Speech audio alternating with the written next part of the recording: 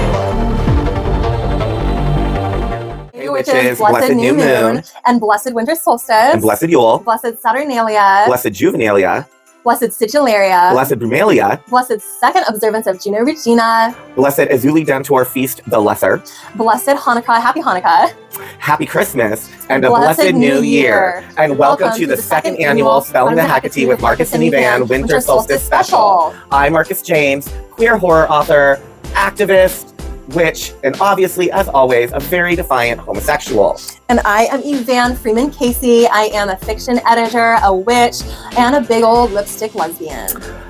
If you are new here, welcome. We are so happy to have you, and thank you for checking us out on our holiday special. We really appreciate it. And for those of you who have been following us and been along the ride, especially from last year's Winter Solstice Special, then welcome back. Oh my gosh, we are so happy to have you and that we are at our second fucking special. Exactly. Thank you so much for being the Gans to our shenanigans. Yes. If you like and love and celebrate what you see, please, as always, do not forget to like, comment, subscribe, and share, and continue to help us build our merry and happy, baneful and blessed coven right here in our corner of the circle, where we are 2 homos, 1 cauldron, and it is a spellbindingly good time as always. Fucking right. Okay, that was a mouthful. It was. We handled it. We did handle it, like pros. As you can see, we are in front of my tree. We're in a, once again, different position. We got all this going on. We have our St. Catherine HEKA-TEA, so our HEKA-TEA and St. Catherine drag in front here. We got some wintry Father Christmas / Holly King / Odin / St. Nick / it all wandering through. Yeah, we even have our Victorian Santa mugs that we are drinking this episode's HEKA-TEA out of. Exactly. And getting all over ourselves. Yeah, this is a find that I found at Value Village, I think it was, in a box of chew. And it was like $3. And I was like, I'm obsessed with Victorian Santa. And yeah, I would like a set of 2 Victorian Santa mugs. Heck yeah. And it's just perfect that we're also 2 of us and we do a holiday special. Exactly. Because, either way, I was like, well, me and my partner have mugs. Exactly. But now we also had festive ones for the episode. So that's where this tea is coming from. And they match my shirt. They do match your shirt. Yes, obviously it's festive times. We're wearing nice sweaters. Mm-hmm. We're being nicely dressed up because it is the holidays. It is. So yeah, as we're moving forward in this episode, what do we have going on in this year's special? We have witchcraft in the news, of course. What do we not? It is all pretty much, for the most part, holiday focused news. Holiday focused news though. So still very on brand for the episode. Yes, exactly, and nothing too depressing. No. Actually, I don't think really anything depressing. Yeah, I didn't have any more depressing ones. Either festive or just kind of ridiculously funny and stupid. Right. Then we have our main topic, although it's not, I guess, topic because it's just what our holiday special is kind of built around this year, which is not winter solstice, Yule, whatever. We did that last year. That was our first one. Kind of doing the first season was all the basic wheel of the year and neo-paganism, like that kind of shit, and that we do happily observe. Yeah. So like, it's not like we were just like, oh, like we do, even though we're not Wiccan, or we like the wheel of the year. We do. It's fun. It is. And they're still all like pagan traditions from also, if you're still pagan, you're still just pagan holidays. Like Exactly. you don't really have to get too hooked up on the whole wheel of the year thing. And we got neo-paganism. It's not real. Like, it's still all pagan festivals that then got put on one unified fucking calendar for neo-pagans. Like, shut up. Like, we needed holidays too for our religion and our faith. Like, we're, you know what I mean? So, poo-poo. Let's see. And in honor of Saturnalia and everything around Saturnalia in Rome, for this year's Delicious Witch, we are doing something savory. I know last year we did the honey lavender sunshine make you smile lemon sugar cookies, but this year we are doing a Cacio and Pepe with spaghetti. Yes. So which we are very excited to feast upon. Yeah, it was so fucking good. So you guys are gonna love it. Spellcraft, we have, yet again, very Yuletide magic for the season happening. We still did Sabrina. We kind of jumped ahead on the first season by a few episodes, actually, because the first season, though, has a Midwinter's Tale. And there was no way we couldn't, like, what, we're going to watch that and review a Midwinter's Tale to you in, like, March or April or May? Like, we're only twice a month. Right. Like, so we jumped ahead, but luckily it was so kind of self-contained that I didn't have to do a lot of fill in the gaps for a van. There was just like maybe 4 things that I really kind of had to like be like, so this is what's happened since where we actually are in early in the season. Like, so, but it's super fun. So of course we did that. And then for Witchy Media Review, we watched FX's 2019 3-hour-long Christmas Carol, because that involves a witch and witchcraft kind of loosely, maybe voodoo hoodoo, but it's never explicitly said or explained. But because it's witchy enough and we love a Christmas Carol, we do. That's the one we're watching for Witchy Media Review.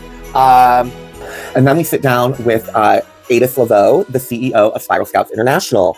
And if you are not familiar with Spiral Scouts International, they are the 4th largest scouting organization in North America. So Boy Scouts, Girl Scouts, Eagle Scouts, they're number 4 on that list. And we learn all about what they do. They're a Wiccan, neo-pagan, witchcraft, polytheistic, spiritualist, but not religiously pushing in any one direction, co-educational scouting organization, which is really cool, really welcoming, and really beneficial. And so just in time for the season, we find out how we can better help and donate to that, whether to the international or in your local chapters. And then we go out to the Aquarian Tabernacle Church's Motherchurch. Yes. Out in Index, Washington. And that was a very much adventurous, eye-opening experience. It really was. And we can't wait to share it with you. Plus, so much more. So, yeah, let's just kind of get right into it with Witchcraft in the News. And Avan's going to kick us off. Alrighty. Yes, so here is a story. It's very social media related, but still very suited for these holiday times that we're experiencing right now. Making sure her mic was still on. Yes. Sometimes they can be finicky. So anyway. No, you're just poking in the booth. I was just poking in the booth. So anyway, as we know, Gen Z and TikTok in general really love them some aesthetics. That they do. Yes, that they do. So right now, Yule aesthetic is trending. Okay, what pray tell is Yule aesthetic? I feel like I can guess, but so it's similar to the usual like Christmassy aesthetic, only more sort of natural, deep, cozy kind of thing. Lots of candlelight, pine and cinnamon, very peaceful, like muted videos. So like a Restoration Hardware crate and barrel? Right, exactly. So obviously it's the things that are associated with this time of year, like the berries, the plants, botanicals, and what florals there are at this time of year. Lots of simmer pots. Right, grab your friends and your florals. Exactly, but make it holiday and cozy. Yes. And yeah, so it's got started, I think initially like in this kind of viral way from a video last year from creator More Magical Than Practical. Okay. It's got over 212,000 likes. She posted this video, or they, I'm not sure of their pronouns. Okay. I don't know them. But so it's basically sharing glimpses of her Yuletide traditions. There's cats on the mantelpiece, tea in a rustic mug. She's making cake batter with cranberries in it, like all of those kind of things, like giant orange garlands, evergreen tree, blah, blah. And it really kind of resonated with a lot of people. One person said, "This feels like home. This is the Christmas I'm looking for." It's not, I think what people are taking from this is not about Yule specifically. It's more truly just about that cozy wintry aesthetic. Sure. And I feel like also in taking the religion and maybe the more juvenile technicolor exactly. out of it. Exactly. And just kind of, like many of the people who are posting Yule aesthetic are in fact not pagans or polytheists at all. Of course, right. I mean, they do love to take our thing. They do. They do. They do. So it's just become something very other than what it actually means. Right. So I don't know. I get the appeal of the aesthetic. I do. That being said, this is a very ancient pagan holiday. Yes. There is a somberness to it. Yes. That I think that it's a little disrespectful to just extract the things about it that you like. Right. If you are not pagan and it doesn't actually mean anything to you. Right. But nonetheless, it is an aesthetic right now that's going viral on TikTok. As they do. As such things happen. All right. So 5 unique Christmas celebration traditions from across the world. Guatemala's devil burning to Iceland's Yule lads, which we encounter in Sabrina. We do. In Iceland, it's a country filled with Yuletide folklore. The Yule lads are a group of mischievous brothers who visit children one by one in the days before Christmas. So with each of these lads will leave small treats and shoes that are placed on windowsills. Families like to enjoy cozy gatherings, festive lights, and warm meals. There's also the Yule cat, who is a mythical creature, which I've seen memes of the Yule cat all over right now. Yule cat is trending, I guess, # Yule cat. Right. He's a mythical creature who encourages people to wear their new clothes and will eat them if they don't. Sounds like my cat. Right. In Japan, Christmas is cheerful and very much modern. So obviously there's bright lights and illumination. And Christmas Eve is couples treat it as a Christmas Eve as more of a romantic occasion. Oh, okay. They enjoy KFC for Christmas dinner. That's big over there, is KFC for Christmas dinner. And that's just a thing that I've seen many times mentioned. That is just something they do there. I mean, there's never a wrong time to eat KFC, frankly. Yeah, no, it's a practice that began in the 70s, and it became a nation. It became a favorite on the whole island. Interesting. On the islands, yeah. So they'll place advance orders for the festive KFC buckets. They enjoy a classic Christmas cake that is topped with cream and strawberries. Ooh. Yeah.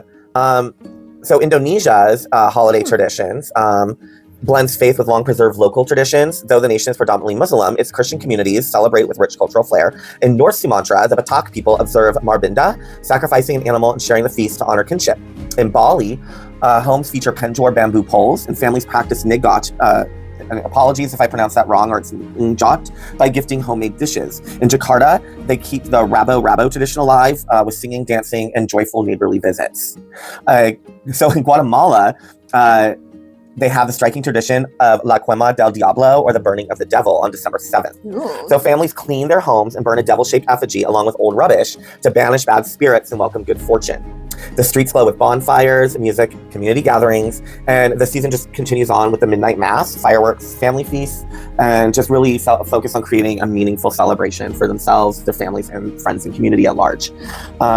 Greece has their festive boat tradition. So they have their colorful wooden boats known as karavaki, which are lit up as festive icons reflecting Greece's maritime heritage. On Christmas Eve, the children go from home to home singing traditional carols called kalanda and play triangles or drums. Homes fill with scents of honey biscuits like melomakarona, which is a traditional Greek Christmas cookie. Melomakarona, which is a traditional Greek Christmas cookie, while families break Christopsamo, which is Christ bread, for a symbolic feast. And the holiday will continue through Epiphany, mixing sacred ritual and communal celebration. So those are just 5 other traditions in other parts of the country that still go on today that we usually don't know or hear about. Well, that is really interesting. I agree. I did not know about a lot of those. Neither did I. So, of course, if you don't know much about Yule, here's like a little bit of an overview. Now we did delve in more deeply last year, so I would definitely recommend going back and watching that. It was a really interesting episode. But if you don't fucking want to do that, that is absolutely understandable. So here's a little bit of a rundown. So Yule is sort of on the same axis with the winter solstice. Yes. That's because it's the darkest day of the year. It's the time at which the sunlight is the shortest during that day. It comes etymologically from the word Yule or Yule, which means the wheel. Okay. Which I think is really interesting. Yes. Like, and it feels very like the wheel of the year. Yeah, that's what I was going to say. It feels like it's like the start of the wheel of the year, which I think is really cool.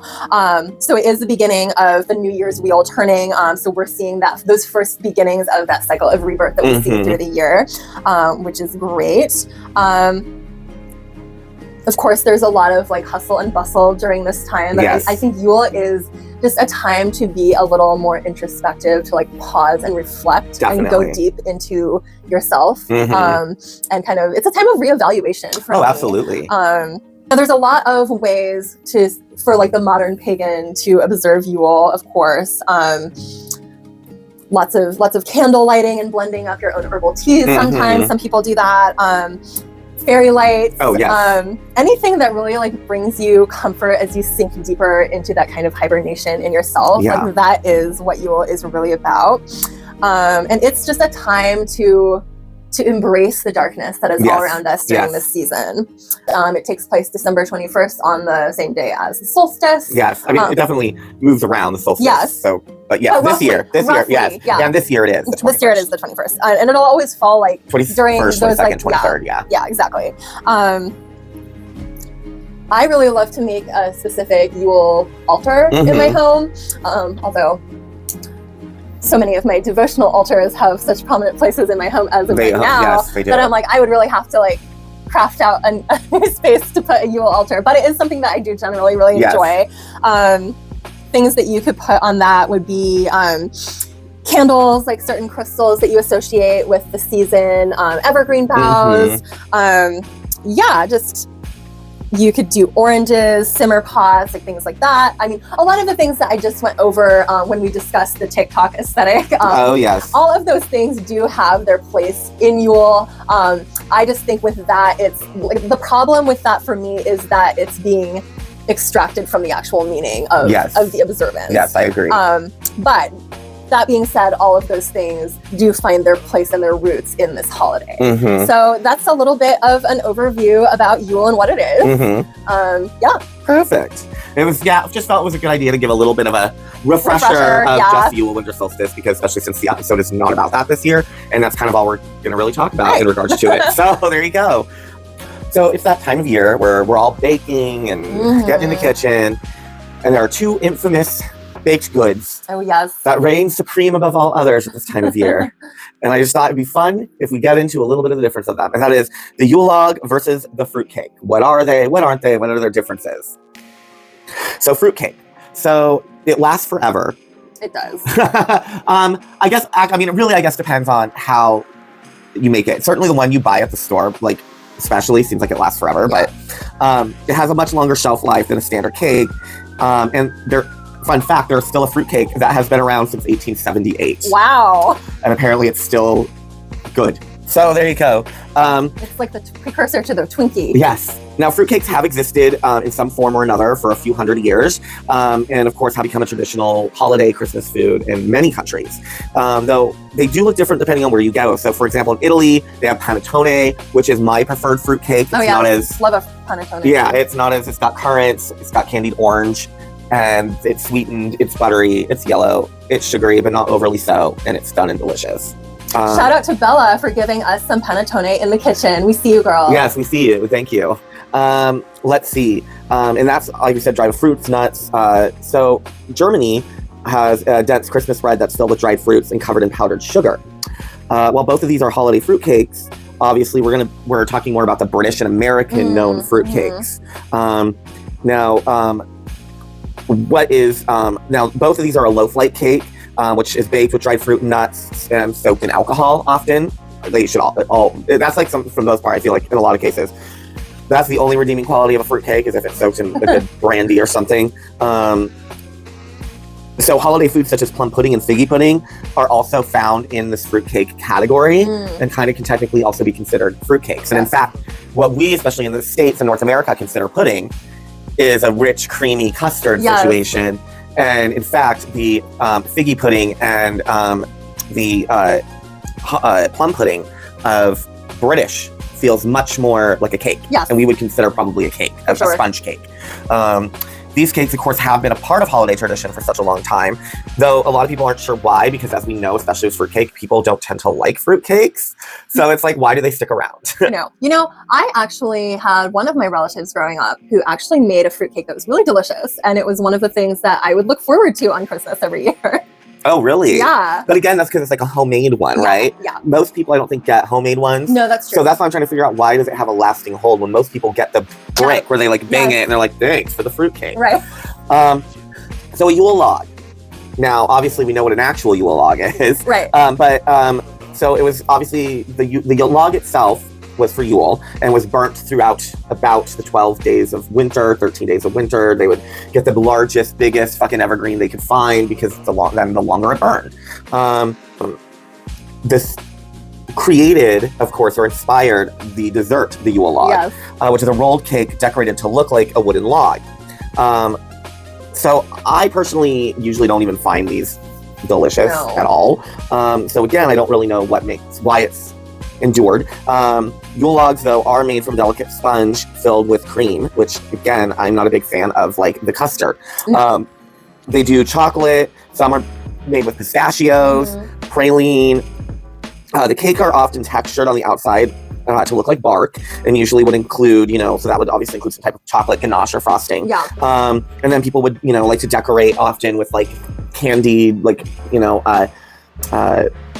marzipan mushrooms and shit like that. And, edible mistletoe.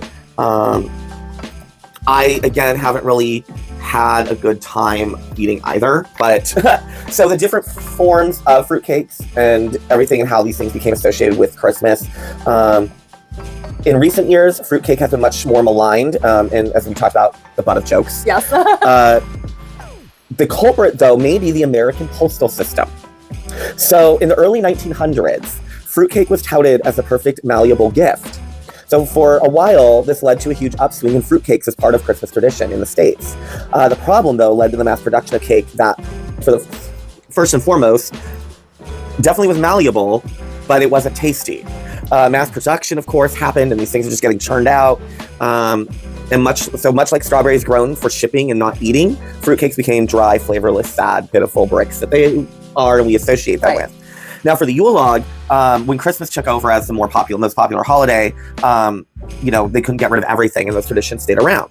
So now people couldn't burn the log or the whole tree anymore. So what it evolved into was making a decorative cake to symbolize the Yule log and everything that it means, and also could be devoured and eaten and taken into yourself for holiday wishes, blessings, etc. It goes by different names in France and in France. I don't know why I said it like that. In France and in French territory, Canada, French Canada, as I like to call it. It is called a bûche de Noël, and which just translates to the Christmas log. So I'm not going to get into like the ingredients. Like I said, they're kind of are self-explanatory. Rolled sponge cakes, a custard cream for the Yule log, alcohol, dried fruits, nuts, sugar, sweeteners, juices for the panettone or any type of fruitcake, really. If you don't want to make a Yule log or a fruitcake, which I can understand, but you still want to enjoy them, there are some quality ones that you can get. Now, of course, you would be paying a little more money than maybe, 10, 15, 20 bucks. Probably looking more at like 50, 60. Right.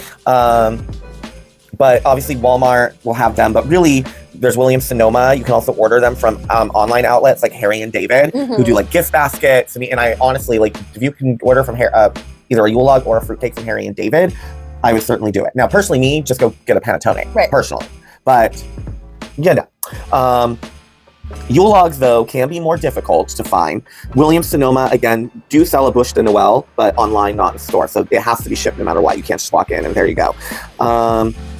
You would probably have to find an independent bakery in your area that would make a Yule log. They're just not as traditional as they were like in the 50s and 60s. Yeah. And apparently, even places such as Fresh Market have limited time frames in which Yule logs are sold. So that's it. Just some fun little facts about this time of year's 2 favorite symbolic baked goods. Oh, yes. You know what Yule logs always remind me of? I'm sure all of y'all know this about me already, but I am completely obsessed with the Golden Girls. And there's this one episode of the Golden Girls where Rose has some family coming in for the holidays. And it's her daughter and her granddaughter. And so it's the holiday season, and so her daughter brings each one of the girls not a Yule log, but what she calls a Christmas log. And it's kind of like a Yule log, except the ingredients are like caramels and toffees, just like all things that like harden. And so she gives this to Dorothy and Blanche, and they just do not know what to do with it. And then so the daughter walks out of the room, and Blanche turns to Dorothy and she asks, "What are you going to do with yours?" And Dorothy says, "It's a log. I'm going to burn it." Yes, that's right. Yes. Oh my God, I haven't watched any of the Golden Girls holiday episodes yet. No wonder it's been feeling. There have been certain things I haven't watched yet. Yeah, me too. Because I haven't watched them yet. It still hasn't totally felt like the holidays. Hopefully by the time this actually airs on December 19th, I'll have enjoyed some of those holiday episodes again, and it'll feel like Christmas.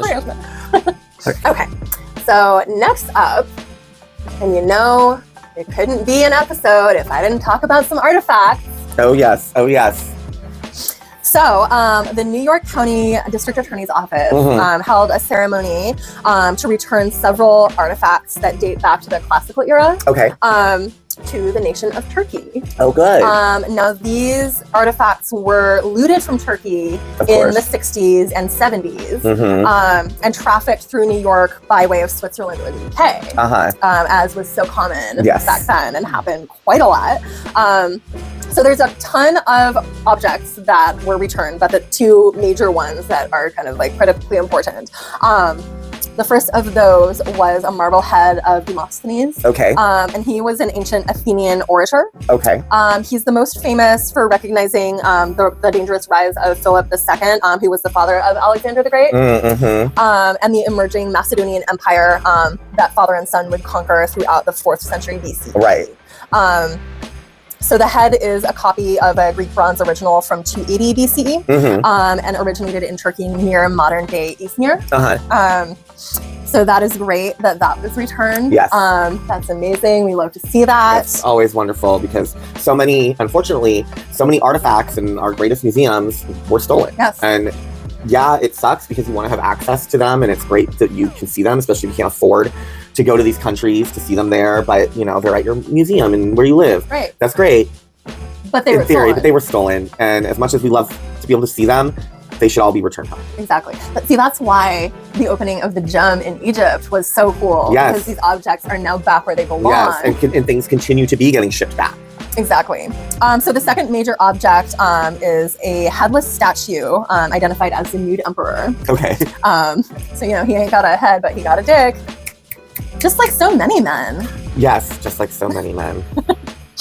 Anyway, so he dates to between 50 to 250 of the Common Era. He comes from the Sebastian of Lycia, which is near the modern-day city of Bouban. Part of a shrine that contained monuments to Roman emperors. So we're not sure which one that he was, but he was clearly an emperor of Rome. I wonder if it's Caligula. I wonder if it is. I mean, naked. So as I said, this shrine was looted in the 60s and the contents trafficked through Izmir by antiquities dealer Robert Hecht. Along with so many other objects, of course. A lot was looted from that area during that time. But luckily, the head of Demosthenes and the body of this emperor are together. If you put them together, you get a whole man. You get a whole man. So along with those 2 pieces, 41 terracotta plaques from a 6th century BC Phrygian temple located in Douvres were also returned to Turkey. Oh, great. They were voluntarily surrendered from the collections of the Virginia Museum of Fine Arts, who recognized another of the plaques seized in a previous New York DA's investigation and contacted the office. So that's great. That is amazing.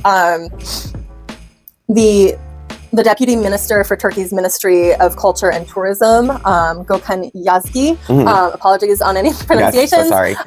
But he said this about this whole situation and the objects being returned. He said, "It takes real courage to challenge what is unjust. Today, the dedicated antiques trafficking unit of the DA's office is repatriating artifacts stolen from the Turkish people decades ago. The strong partnership we have built and sustained with determination has carried our national efforts onto the international stage. These restitutions not only reunite the heroes of these cases, but also send a clear message to the world. Do not buy cultural property removed illegally from its country of origin. No. This is how a single return becomes a powerful tool against illicit excavations, and why this work matters more than ever." And absolutely. Oh, yes. Absolutely. Yes, absolutely. Yes. So I'm so excited to hear about that. I always love when these objects are returned to their proper places. Next. All right, so now we go to the UK, into the town of Bury, where Wild Tribe Events brought their first Yule and Pagan spiritual fair to Bury. This took place the first weekend of December, so obviously a couple of weekends ago, and they welcomed a range of traders and stallholders to the leisure center. Now, Wild Tribe Events is a well-established company, which operates in southwest England and Wales, and they brought more than 55 stalls to the event, which of course sold everything from crystal sellers to boho clothing outlets, to candles and gift stalls. Organizers told the Bury and District News that the crowds didn't stop pouring in through the door all day. And thanks to the sheer number of visitors, they have actually decided to return and make this an annual event for the people of the town of Bury.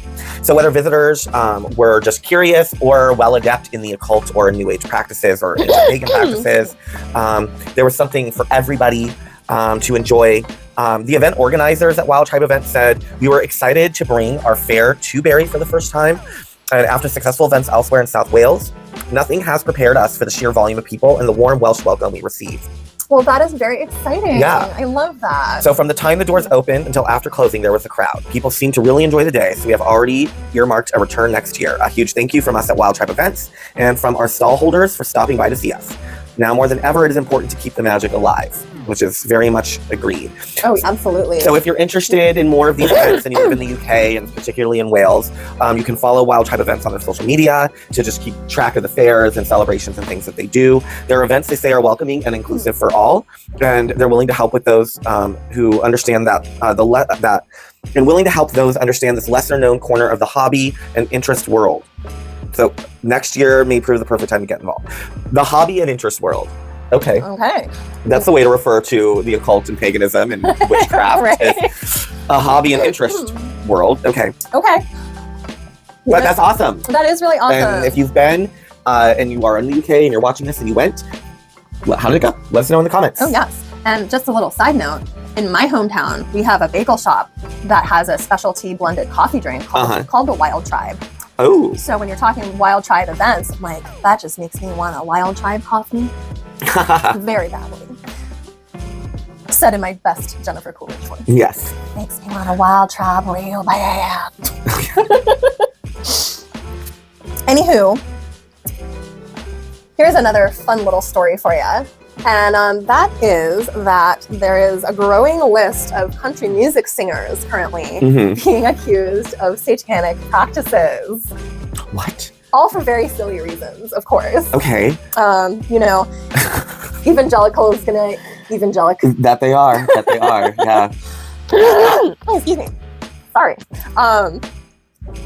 So the most kind of major example of this was the Zac Brown Band began its Love and Fear residency at the Sphere in Las Vegas recently.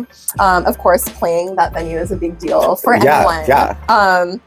However, it's been overshadowed a little bit because their fans are kind of taking to social media with claims that this particular show of theirs features satanic imagery. Okay. I love that. What is the satanic imagery at a country show? I know. So the opening of the show, a few people are comparing to, quote, a descent into hell. It's red lights. Zac Brown is wearing a crown that kind of resembles horns. Being surrounded by like skeletal images. I mean, it's very like minor things. But of course, they don't understand metaphor. No. So they're freaking out about the imagery. People are saying Zac Brown Band performed a demonic ritual at the Sphere. Most of these concerts are energy harvesting. I'm sorry. Energy harvesting rituals? Okay. Energy harvesting rituals, not harving. Right. I don't know why I said harving. Because you were thinking of Harvey Kinkle. I was thinking of Harvey. You want to kinkle his kinkle. I do. I want to join Sabrina. Yes, and kinkle his kinkle. Yeah. Another person said, oh, look, another one who sold their souls. Christ is King, another one. You've lost a big fan, never crossed into the demonic realm like way too many artists. I never thought I'd see this from a great country band. It's a damn shame, etc., etc., etc. Okay. And yeah, literally from aesthetics and metaphor and expressing music. Wow. So next up is Carly Pearce. Okay. I don't know who she is. No. I also don't know who Zac Brown is. Nope, I don't either. No idea. Although from the image, it sounded like he put on a pretty cool show. So, yes. Anyhoozle. So last summer, Carly Pearce was swept up in accusations that she was down with the devil. Okay. So this happened on June 10th of 2024. Okay. It was right after CMA Fest. Okay. Literally Country Music Awards, for Yes. those who don't know what CMA is. Yes. So all she said Okay. was she had posted a photo of her standing in the parking space for her tour bus. Okay. She said, CMA Fest, you were magical. Probably the use Right. of the word magical. It's still so surreal to me that I get to be a part of it the way that I do. Over 25 years of country music dreams lived out on the stage last night. However, in the photo that she posted, well, in one of them, she was standing in front of the parking space. The space was numbered 668. However, people don't read, so they thought that it was 666. Oh my God, really? Yeah, so basically they misread the number as 666, and then that coupled with the fact that she used the word magical in her post, they started popping off. And so what even if it was parking space 666? Like really 666? Like then 670 set? 668, 669. Right. Like really 670? Like And also, it's not like she controls where the tour bus parks. No. Either it's whatever's available or literally the lot they get space they get assigned to in the lot they're assigned to. Like it's a festival for fuck's sake. Exactly. However, Carly is a very devout Christian. Right. So obviously being accused of this as a devout Christian, like you would feel the need to stand up for yourself. Absolutely. So she responded and she said, I've seen too many comments about this being some sort of hint towards 666 or Satan to not comment. First of all, this was the parking spot for my tour bus at CMA Fest, and I believe it is 668. I am a devout Christian who takes pride in using my platform to point people towards Jesus. So for anyone wondering, there is absolutely zero underlying messages except a girl excited to be playing the big stage. Like, they have to find an enemy. Yes. They have to find the enemy. They always talk about the enemy wants to stop you. Yes. The enemy wants to hurt you. The enemy is trying to deceive you. Oh, you are the enemy. You are the enemy. I just, I'm not a Christian. I don't agree with Christian beliefs. No. But I hate this for this girl. Yes, this is bullshit. It's bullshit. And especially to have that said about you when that is your faith and you are very active and spiritual with it. Like, that just makes me really sad that she was so excited to be there at CMA Fest. And it was just like a defining moment in her career and her life.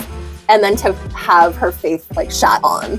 Right. Like, or questioned. Yeah. Her devotion called into question. Yeah. That makes me sad for her. Which, for being raised in the Christian cult, that's the worst thing to have happen is to either you yourself or others question your devotion. Exactly. And whether it's true or not, if you fall out of devotion in the eyes of others, that you are no longer a devout Christian, no matter even if you really are, fuck, you're ruined.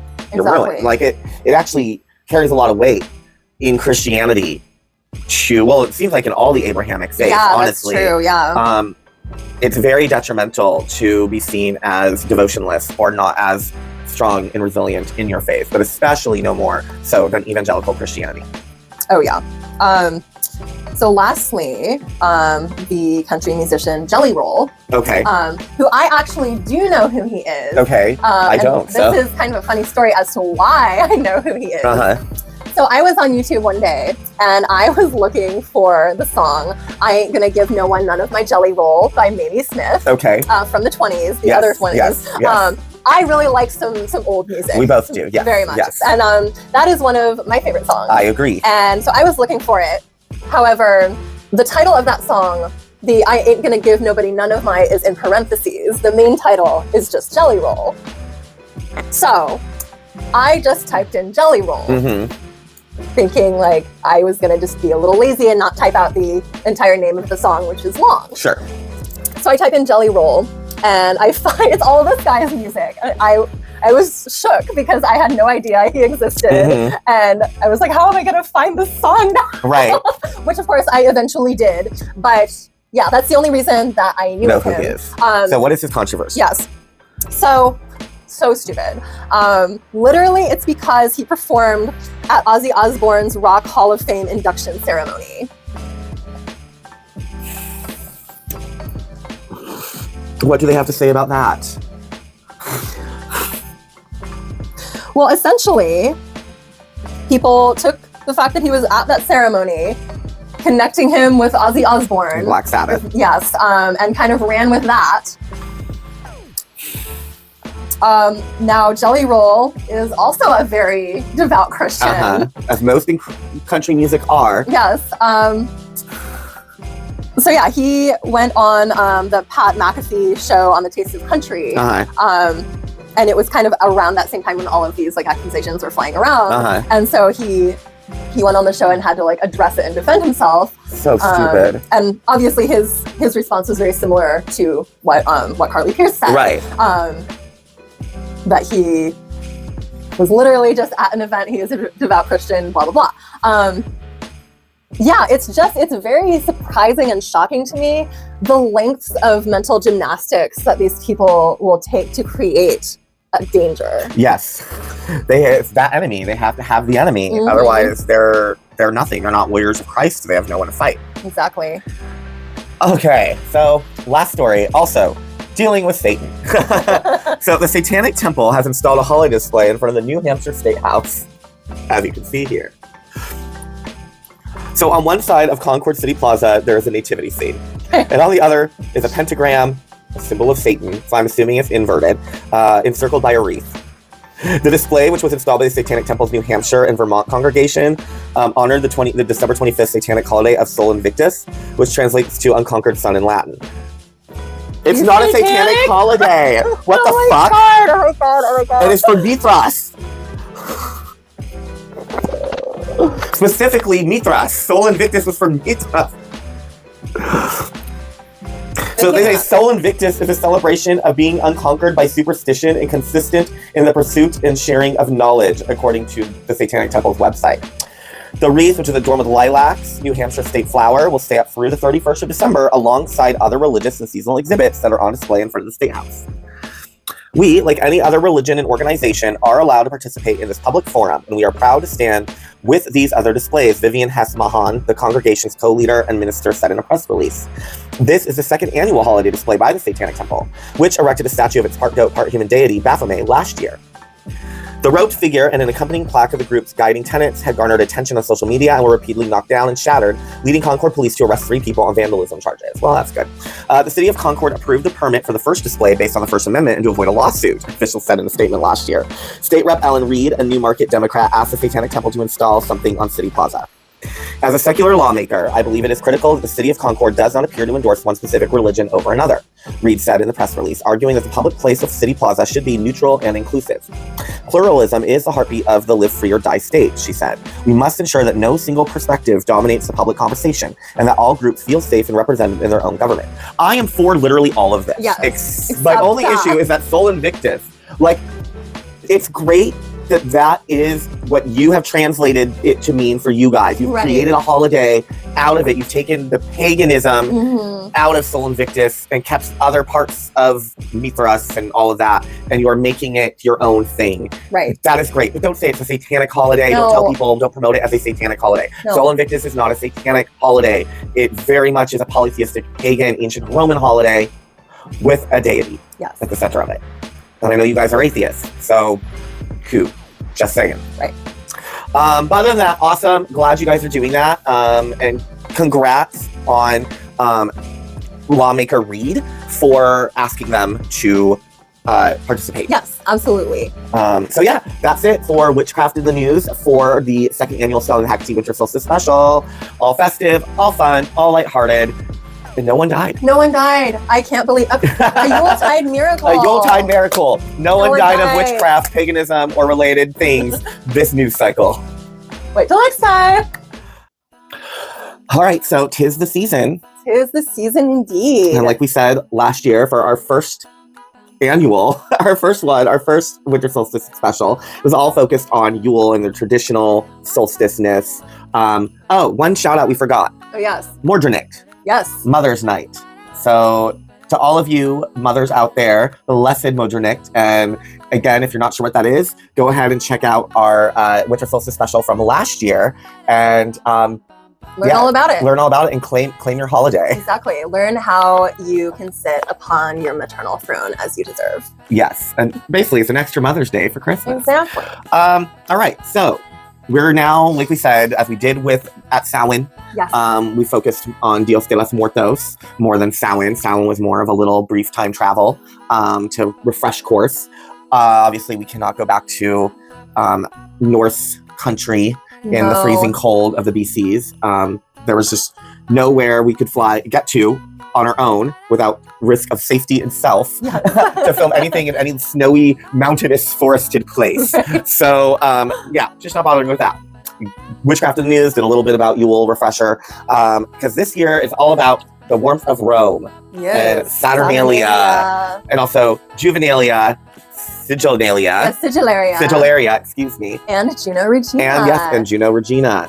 The second observance. Yes. There are several in the year. Yes. So this is a wonderful, wonderful time. Now, there's a lot of Christian apologists out there, some even who like to pretend that they're not, and that they're actually like agnostic or cool, like leftist, accepting, liberal Christian, but are still definitely Christian apologists. Yeah. And they will say that, from the gambit, they will like to say all the time that no, actually, this wasn't taken from the pagans. This holiday was ours, and there's no proof, because they only pay attention to like one or two scholarly works as like proof that like there was nothing beyond or before it, and therefore this proves that this was not actually something older, because they only looked into these couple of things. And Saturnalia, if you look on YouTube, has kind of found itself with that. Yeah. But we're about to show you, and there are other people on YouTube who actually have very long videos and lectures about this and interconnected faiths across regions at this time of year that are very, very worth looking into, and will dispel any Christian apologist who says Saturnalia, Yule, winter solstice celebrations, etc., had very little to do with influence on Christianity and Christian holidays, blah, blah, blah. Oh, no, it does. And these people, as well as us, will gladly explain it. And so before we get into the crux of Saturnalia, I just thought we would explore a couple of quotes from prominent, influential leaders of Christianity and the Christian faith and movement that contradict this on its own. Oh, yeah. So the first one was in 604 AD and comes from Pope Gregory I, who sent a letter to the Archbishop Mellitus of Canterbury, which stated the following in regards to the pagans of the British Isles and Ireland, etc. After long deliberation about the English people, pagan temples of that race should by no means be destroyed, but only the idols in them. To consecrate these places, take holy water and sprinkle it in these shrines. Build altars and place relics in them. For if the shrines are well built, it is essential that they should be changed from the worship of devils to the service of the true God. So on the day of dedication, or the festivals of the holy martyrs, whose relics are deposited there, let the pagans make themselves huts from the branches of trees around the churches, which have been converted out of shrines, and let them celebrate in their own solemnity with religious feasts. The rites they once performed for the devil, let them perform for the true God. For there is no doubt that it is impossible to cut off everything at once from their rude natures, because he who endeavors to ascend to the highest places rises by degrees or steps, and not by leaps. Now, at this time in Rome, Saturnalia, Sigillaria. I don't know why I keep wanting to call it Sigillaria. Sigillaria, Juvenalia, Juno Regina, etc., were still actually being honored in Rome by the regular people at this time in 604 AD. So he was literally seeing and had grown up in a Rome where Saturnalia, Juvenalia, etc., were all still prominent. Yes. So he is referring to these festivals at this time, and it would have seen these things. Now the thing is this literally comes from the playbook of the Apostle Paul, or as I prefer to call him, the grifter Paul, who said, "To the Jews, I became like a Jew to win the Jews. To those under the law, I became like one under the law, though I myself am not under the law, so as to win those under the law. To those not having the law, I became like one not having the law, so as to win those not having the law." And that is from 1 Corinthians 9:20, verse 9, 20 through 22. And this is in regards to converting pagans, is what he's referring to when he's talking about this in the Bible. It's from a passage in his letters where he is talking about converting pagans, and what you need to do to convert the heathens to the new faith, the new cult of Christ. Do what he does and be a grifter and Camille yourself. And yeah, ugh. So now to get a little more into Saturnalia and specifically what it is. Yes. So to preface this, I think it's also important to state that in the Julian calendar, which was the one used at the time, Yes. The winter solstice fell on December 25th. Yes. Now, this word solstice in Latin means sun stands still, which I think is really interesting. Yes, I also think really kind of pretty. I don't know about like sun stand still. Like, I know, like, and you know, if you think about the solstices, those are the longest and the shortest days of the year. So those are the times during those seasons when the sun does have a moment of standing still. Yeah, it just appears to not move. Yes, so I think that's really beautiful and a very interesting, like, etymological find. Agreed. And I just really love that. But getting into Saturnalia specifically, so it was a 7-day festival. Yeah. Sometimes it would be 5 days, occasionally 3, but more commonly it would be 7. And also 10. Yes, also Sometimes 10. Also sometimes 10. But mostly just 7. Yeah, mostly 7, but it could vary depending, you know, on the year or what area you were in. Yeah. So the calends of Janus started on December 24th. That would involve homes being decorated with candles and more gifts. So this would be after Saturnalia had wrapped up. Right. Now on the 23rd, which was typically the last day of Saturnalia, that's when Sigillaria would happen. And Sigillaria was a festival of lights. Yes. On the same day, that's when the second observance of Juno Regina would be observed, which I think is interesting that it coincided with Sigillaria, because something that I think not as many people know about Juno is that she was also a goddess of the stars and constellations. Yes.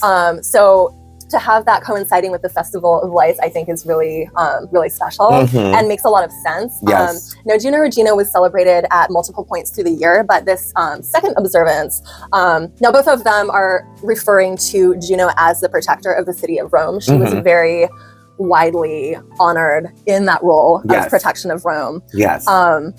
They had kind of their own Holy Trinity. They did. It was called the Capitoline Triad. Now the Capitoline comes from the root, the word capital. So like these were the 3 capital gods of the city of Rome, who you would pray to before you would pray to anyone else. Right. And now that was Juno, Jupiter, and Minerva. Yes. Or as they are known when they are hanging out back in Greece. Yes, so that would be Hera, Zeus, and Athena, which makes a lot of sense. Yes. Yeah, I can really see like how religion evolved as the locations changed, you know. And also, this was definitely these 3 were, and there were 3 others, but these 3 were very, very important to the everyday people of Rome. Absolutely, the most important. Yes. Now, of course, there were many other deities whom they would venerate, but these 3 were the most high. Like it is similar to the Christians having the Father, Son, and the Holy Ghost, but then also praying to like the Virgin Mary and the saints. Yes. You know. We also have HEKA-TEA trivia in Rome. And then Diana, if you're in northern Italy. Yes. But yeah, so these triplets. Yes, exactly. But they were, and then followed by, after these 3, the next really most important to everyday people of Rome were Mars, Venus, Ceres, and Vesta, as well as Hestia. Very important. Bacchus or Dionysus, and it didn't really fit in at this time, because he really took the shape of Mithras, which is what we're going to get into, what Mithras is here. But Mithras, Dionysus, Bacchus found their way in here. Yes. But Bacchus, I said Dionysus, but I meant Bacchus because it's the Roman. Bacchus was not part of this highly important everyday aspect, that would be, you know, Saturn would be in there for agriculture for Right, sure, along with exactly. Ceres for the harvest. So that played hand in hand together. And just to clarify, we are referring to Ceres. Ceres, I'm sorry, not Circe. Right, as in the Roman form of Demeter, yes. not Circe. Not Circe, the witch. I am so sorry. Yes. So just to make that clear for all. Yes. Because I just realized, I was like, that could be misconstrued. So I just wanted to clarify what we're talking about. The spellings and the pronunciations look and sound very similar. Yeah.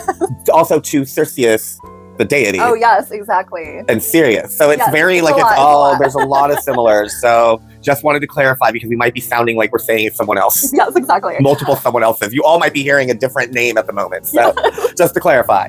But yeah, it was definitely those three were the most, you wouldn't have turned to, let's say, you wouldn't have turned to Uranus or Bacchus, for example, in your everyday, as if you were a common folk. It didn't really factor. Home from harm. Right. Yeah, that wouldn't be Bacchus. Or bring agriculture, right. That would not, no. Okay, no. Sorry, we just wanted to make sure, that we, touched on the kind of the hierarchy of Rome, because you got to remember Rome is a military. Obviously, this all factors into what we're talking about, why we're talking about it, because we're going to get into what Mithras is and how the god Mithras factors and separate, but is different from Saturn. Yeah. So it's we gotta lay the framework down of what this time of year in the everyday religious situation, deific situation of everyday Romans look like. We're not talking about the elites. Right. That's where we're getting in with Mithras. Yes. But the everyday folk, we need to lay the groundwork of, at Saturnalia, it was Saturn, and you also have Juno Regina, and it was Juno, and this is why, and this is also why in their everyday life, why this would be so important and why they factor in. Because being the children of Venus and Mars, Rome as a city and the people of Rome, who to this day, you talk to a Roman and they're secretly you get them in their day to day and they're like, oh, we're descended from the god Mars. Yeah. They'll say it. And they're and we're descended from the goddess Venus. That's what they made us. And that's why we're so passionate and so intense and so sexy and so volatile. Exactly. It's because we're these two things. They own it.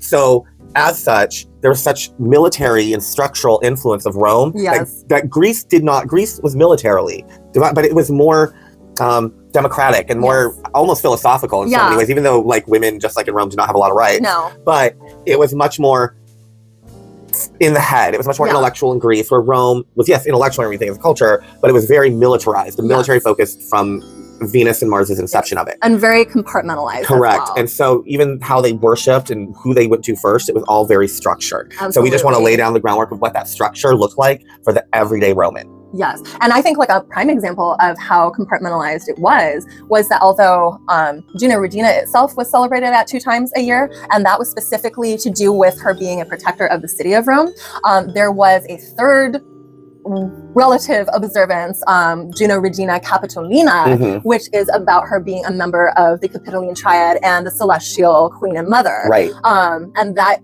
is... It's related to the regular Juno Regina, but it's sort of like a queen on high situation, rather than a protector of the people. Yes. Because I think what's important to remember is that the way that she was worshipped in Rome, she was both. It's like during the Ides of HEKA-TEA, where day 1 is chthonic HEKA-TEA. You're celebrating primordial HEKA-TEA Kybele, HEKA-TEA Kori, supreme ruler of guardian of the land of the dead, observer, protector of all the gates. And then second day is HEKA-TEA of the earth. It's you're celebrating HEKA-TEA and all the things that are aspects of nature, magic, the fruits, the poisons, the plants, the drugs, the psychedelics, the things that she gives us, the tools that she gives us. And then the third day, August 15th, is her ascension as the queen of heaven, as HEKA-TEA Astoria Kleitochos, as keeper of the stars, as queen of the cosmos. It's same thing as where, so I think that's the same, even though it's spread out not but days, but by months. Yeah. It's the same thing where it's this celebrating these various ascensions. Yes. Exactly. And domains that Juno rules over in Rome. Exactly. So just wanted to lay that groundwork. Yeah, it is. And we just wanted to lay down that groundwork so you understood kind of how because that militarization, it was very structured and hierarchical, how all Romans operated, whether they were the highest echelon or if they were the poorest of the poor. They all had a Roman mindset and they worshipped in a Roman mindset. Now they might be more freer, versus in the higher ups where you had to be more rigorous and show up into the temples on feast days and maybe be very solemn. Where out here you have Saturnalia being all crazy and and fun. but there was still a hierarchical structure because that's how the military is and how it's always been, and that's how their pantheonic has always been. Yes, for sure. Now, we did find some quotes from people who lived during this time and experienced Saturnalia as it was observed at that time.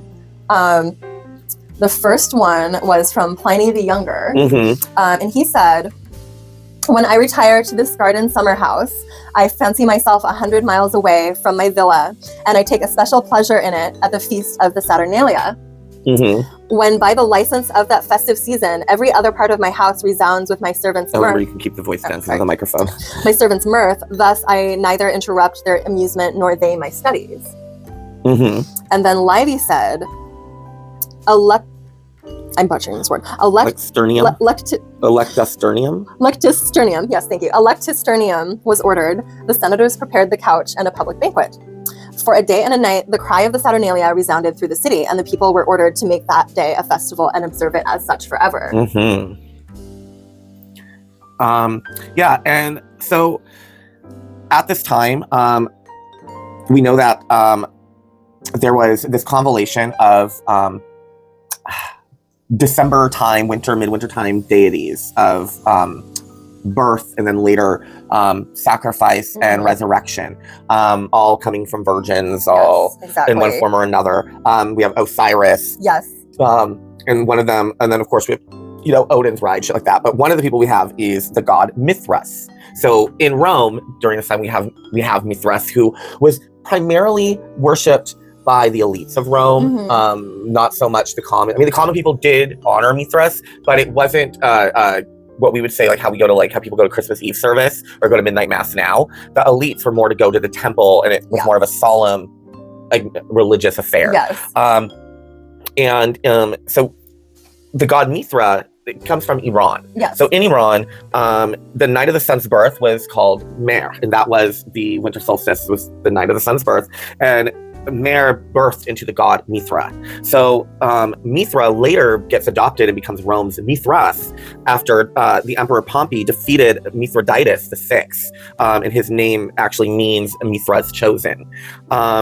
And Plutarch said on Mithridates VI's pirates, when he wrote, he was the biographer of Pompey, and he wrote in the life of Pompey, they, the Sicilian pirates, yes, Sicilians, also offered strange sacrifices of their own at Olympus, and celebrated these certain rites, among which those of Mithras continue to the present time, having been first instituted by them. So we have, so this is where we get into Sol Invictus and why this was so silly. Yes. So Mithriums would be built over the next 300 years all over the Roman Empire once they brought Mithras in. And this forming of a newer religion from the old brought by the pirates that were captured and enslaved. And this was called Sol Invictus Mithras, or Mithras the Invincible Sun. And December 25th, being on the Julian calendar, was also the night of Yalda, which the Persians, that is when they celebrated the birth of solar Mithras. So we kind of see where all these things kind of start coalescing together. And there was other ways that you can kind of see this. So, for example, the Last Supper communion of body and blood, or also the Eucharist, was taken from rituals of Mithra or Mithras, where it was the same thing with the same meaning, and it was drank from a sacred chalice with runes and incantations carved all over it. What else? So the god Ion is also to Dionysus, as Dionysus is to Bacchus, as Dionysus is to Mithras. He was stabbed by his apostles or his followers, who he gave his blessed wine to, and them not understanding inebriation, thought that he had drugged them, and so they all took turns gleefully stabbing him. If you've ever seen American Horror Story Hotel, the last episode, it was. If you have, then you got a mental idea of what this looked like to Dionysus. So Marcobius spoke of the Saturnalia, or wrote of the Saturnalia, but although Aeschylus first asserted that Apollo and Sol, or Invictus Mithra, were the same, and taught afterwards that he, Liber, or Dionysus, Bacchus, who is Apollo, there is no doubt from these that the Sol and Liber are considered the father of the same deity. This, however, will absolutely be substantiated by more liquid arguments. For when the sacred arcane religious observance is held, that when the sun is in the upper, Apollo is invoked, when in the underworld, that is at night, Dionysus is invoked. So we see that there was very much even way back then an understanding of deities having different name, different drag when they went from region to region. Exactly. And but we're also seeing all these reflections of things that not only shoot things in the foot about what Christian apologists will say about this time, but we also have here that there was an understanding even then about how the deities moved. And this was all pre-Christianity, you know what I mean? And acknowledgement of that. So anyway, we will continue. Yeah, so very interesting. So in Rome, there was a temple to Saturn. In that temple, there was a statue of him with his feet bound in chains, which were removable. They were like paper chains, I believe that they were, Paper or fabric? Or fabric chains, yes, it was fabric. So on the occasion of the Saturnalia, they would go to his temple and they would free him of the chains in a ritual. Yes. Thereby associating him as a god of liberation and of freedom. Because of course, as we've discussed, Rome and Roman culture in general was so very militarized and structured. And this was an occasion where they got to throw off their shackles. And so this was very symbolic of getting that process started. Now, during the whole of Saturnalia, businesses would be closed. It was a time very much associated with gift giving. There was even Juvenalia, which took place on one of the days of the Saturnalia, and that day was devoted completely to children, the happiness of children, giving them gifts like we do with Christmas. There was a lot of gift giving and feasting throughout the festival. Slaves had their role reversal with their masters. They were allowed to laugh and joke, make fun of their masters. I mean, it can't have gone very well for them once the Saturnalia concluded. But during that time, they were allowed to say or do whatever they wanted. Sometimes their masters would serve them. There was also a thing called the King of Saturnalia, who would be kind of chosen amongst the people. And he would have to issue funny commands, such as things like a modern day dare. Oh, you have to go outside and stand on your head, or something like that. He would have to do these silly decrees, and it was all kind of in service of getting things a little giggly and loosening people up for the season. It was also very much about kindness with your fellow man, hope for the new times to come, and also that first light of the end of the tunnel of winter. Gambling was big here. And the thing is, what's interesting is gambling was actually illegal in Rome. It was not legal to gamble. People keep, I think, having these ideas of what ancient Greece and ancient Rome and shit were like because of, especially with Rome, I think they conflate the time of Caligula and Nero at its end, its decadence, and that hedonism, they kind of blanket with all of Rome's time, and it was not. No. Their gambling was highly restricted, and not in that way where it's then the higher ups fudged and did it anyways. No one did. It was, but during Saturnalia, Brumalia, Sigillaria, they would allow gambling. And I just think that's something that is very interesting. I do too. And I don't know necessarily the significance, but I do feel like it is significant. That they would be so against gambling because of what it could risk, blah, blah, blah. But at this time, they were just you know what, fuck it. Everyone let loose. And we're going to even allow you to maybe either lose it all or gain a lot. And have the chance to leave your station and rise up socially and financially into another one. I think that's really very interesting. Now with the King of Saturnalia, I actually find this kind of interesting because what it makes me think of actually is Disney's Hunchback of Notre Dame. Because you have the Festival of Fools, the King of Fools, who very similarly to the King of Saturnalia was someone who was a regular person, and then that day is raised up and gets to do whatever he wants and decree random things. You have the role reversal, and this festival took place on January 6th on the Epiphany. So for me, it's very wrapped up in Saturnalia roots. It's clearly clearly influenced by that. But I also think it's important that we get into who Saturn was as a god. So he was the god of agriculture, wealth, and time. Now, Saturnalia kind of invoked a time when life was balanced, joyful, and ideal. Saturn in Roman mythology was a little bit more of a kinder figure than his Greek counterpart Kronos. Yes. Well, yes and no, because he had his tyrannical phase, certainly. Yes, but he grew out of it. Yes. So basically, after his overthrow by Jupiter, he went on. He left, yes. and he had his own reign. And that reign was a reign of idealism, of beauty and bounty. A golden age. Yes. So basically, when Romans were celebrating Saturnalia, that's what they were invoking and hoping to recreate. A utopia of equality and freedom and abundance. Exactly. Prosperity, wealth. Yeah. Yeah. All about hope, renewal, the brighter days ahead. So it actually began as a one-day festival originally. Yeah. But it grew over time into 3 days, and then 5, and then finally 7, and then eventually 10. Yes.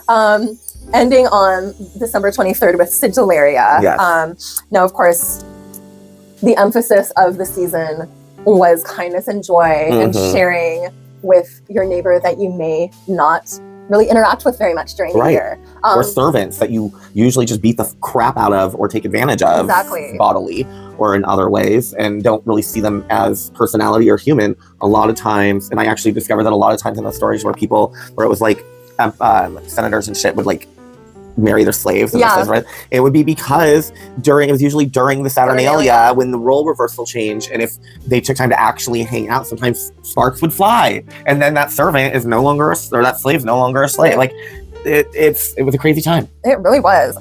But yeah, it was all about like celebrating the bounty of the earth through Saturn's gifts. So yeah, frankly, I knew more about Greek Kronos than I knew about Saturn going into this research. So it's interesting to see that he has another side other than just eating some babies. Yeah. Because that's all I knew about him, frankly. Yeah. So then this would then just lead into the Brumalia after the Sigillaria. And the Brumalia was the eldest midwinter festival in Rome. Yes. And Brumalia gets left out of the conversation a lot. And so when they try to make their arguments about Saturnalia, no matter how convincing the Christian apologist or scholar of independent religious thought says, be like, well, what about Brumalia, bitch? So Brumalia actually predates the Saturnalia, but it's literally the same thing. And there was gift giving. They brought in pine. They brought in olive trees. They brought in the figs. They put garland everywhere. Gave gifts. It was literally the same thing. The Brumalia starts literally the day after the Sigillaria. So, and that's, so it's been going on for a really long time. And the Romans, and if you add up where Brumalia then ended, it was basically like adds up to January 6th. Yeah. So you have this literally winter solstice time, Christmas time, 12 days of Christmas time, like celebrated as they do in Rome now, is literally was back then before Christianity. It was still the same amount of time. Yes. Again, cannot be coincidence. No. It's something, the 12 days of Christmas also start and then end on the 6th of January when Brumalia would end. Right. Like, okay, sure. That tracks. So before we wrap up on the history of this holiday and move on to the deliciousness of it, I thought, because I'm a homosexual, we would get into the fun stuff about the holiday in terms of food, gift giving, activities, like what were the hot trends? Well, we're going to find out. So one of the things that they would say is that every home became a banquet hall, and every banquet hall became a home. And that was because it was literally a feasting of the neighborhoods and the community, and everybody would come in, come out, and go from house to house. Kind of like how it is, I guess, in New Orleans for Mardi Gras. Yeah, that's true. They let strangers, a lot of people even let strangers come in and out. Right. And, it's just one of those things. Strangers become friends become family, etc. The types of foods that they would eat. Roasted meats were especially popular, but especially roasted pork was very much the Romans' favorite meat of Saturnalia, Juvenalia, or Juno Regina, etc., etc. Oh, yes. They were all about those roasted meats. Yes, they were about. They did bread made from the gathered grains, etc. There was figs, olives, all the usual suspects. Figs are sacred to Juno, so it makes so much sense that they were everywhere in this festivity.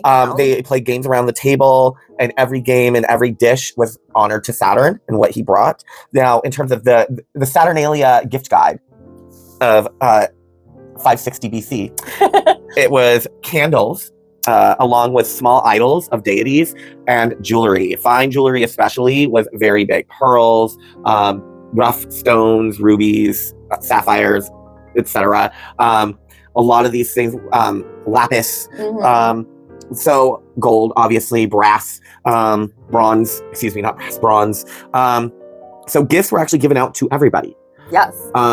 if you lived in Rome, you got presents. You went around, you gathered, it was like trick-or-treating. Yeah, exactly. Funnily enough, those are the same things that we want for Christmas in 2025 AD. Correct. So some candles, idols of deities, and jewelry. Like, yes, sign me up. Yeah, so there you have it. Now, again, we have Brumalia, which we could get more into, but it just basically is an extension of this. There's not much of a difference. Again, Mithras, the god of the invincible sun, Sol Invictus, he was acknowledged by everybody. So kind of how a lot of people who are like lay Christians maybe will be like, they'll acknowledge, yeah, it's the birth of Jesus. Yeah. But they don't go to church. They don't do any beyond carols that have Christian songs. There's nothing religious Christian about their Christmas, but they'll still be like, oh yeah, it's the birth of baby Jesus. Like if they have to think about it because they are Christian-ish deep down, whatever, right? That's how the common Romans were about Mithras. And you gotta remember that Dionysus/Bacchus was Mithras. Yes. For them. Like that, they were as two. And they don't, and that was more, that deity, Mithras, was more focusedly observed by the elites of Rome. Yeah. They went to temple, they were more solemn. It was like going to midnight mass, Christmas Eve service, and they were acknowledging Mithras because Mithras is more a god. He was a god of royalty. Yeah. He was the risen sun, the returning sun. He was imperial. So it made more sense that he would be the savior, the lamb of the elites of Rome. And whereas the common folk would be like, yeah, Mithras, but they were focused all on Saturn and their own shit. Yeah. I mean, I guess it's kind of like how some Catholics, not all Catholics, but some Catholics, they more exclusively pray to the Virgin Mary. Yes. And with God and Jesus, like they know they're there. Sure. But they don't really talk to them. They'll either pray to the Virgin or they'll pray to whichever saint. Saint Francis is big too. Yeah, Saint Francis is a big one. Yeah. Saint Anthony. And it's like with some Catholics, like their kind of hierarchy is like Virgin Mary, other saints, and then Jesus, God, or not like hierarchy, but like who they would call to. First. Yeah. Obviously, in their brains, like yes, they would consider themselves, the Father and Son, to be the Most High, but that's not who they're going to talk to and pray to. Yeah, because they don't consider them to be accessible. Yeah. So there you have it, Saturnalia. We hope that this kind of just gives you a little more. You could see obviously so many influences of what we have now for our Christmas came from them. The English, especially once you got to the Regency era and the Georgians, and you got to the Victorians, they very much began idolizing the Greco-Roman classical world. And so when they were designing their Christmas and all the things that they were pulling from to make that happen, some of that also, a lot of it came from the Greco-Roman classical world, which they wanted to emulate in so many ways and had that renaissance with it. And even in ancient Greece, like olive trees were actually decorated. Yes, they were brought into the home and decorated. Exactly, with ribbons. And what was it? Ribbons, seeds, yes. Fruits. I believe eggs were also used. Yes. So I really like that you can really see how that tradition evolved over time, especially when the Greco-Roman pantheon and stories were having such like a renaissance in the 1800s and 1700s. Yes, exactly. So that's it again for the history and the culture and the woohoo of this year's special. Yes. One more thing before we sign off on this topic. Yes. So during Saturnalia, the common greeting would be Yo Saturnalia. Yes, Yo Saturnalia. Yo Saturnalia, which is I-O, not yo as we think of it now. No, no yo. Yo.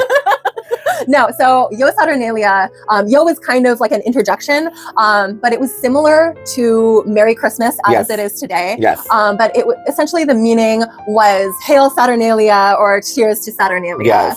And that's what you would hear in the streets as people were greeting each other for the season. Yes, joyous Saturnalia. Yes, Saturnalia. Just, definitely the Merry Christmas of the day. Yes, absolutely. And now, before we move on to other holiday fun, we will give you the perfect recipe for a perfect Saturnalia dish.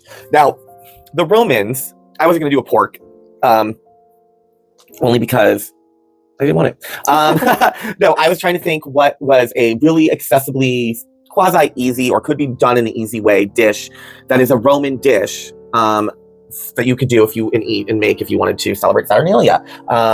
And my favorite is a Roman pasta dish. It's called Cacio e Pepe, or black pepper and cheese. And it's usually made with spaghetti, or I think tagliatelle was another one that is usually used with it. I could be wrong. I probably am wrong on that one, but definitely spaghetti. And I love it. And it's an actual Roman pasta dish. That's where it comes from. So we thought, what better thing to make if you want to celebrate Saturnalia at home yourself this year, or just you want to learn a delicious, quasi-easy pasta dish. We thought we'd give it to you.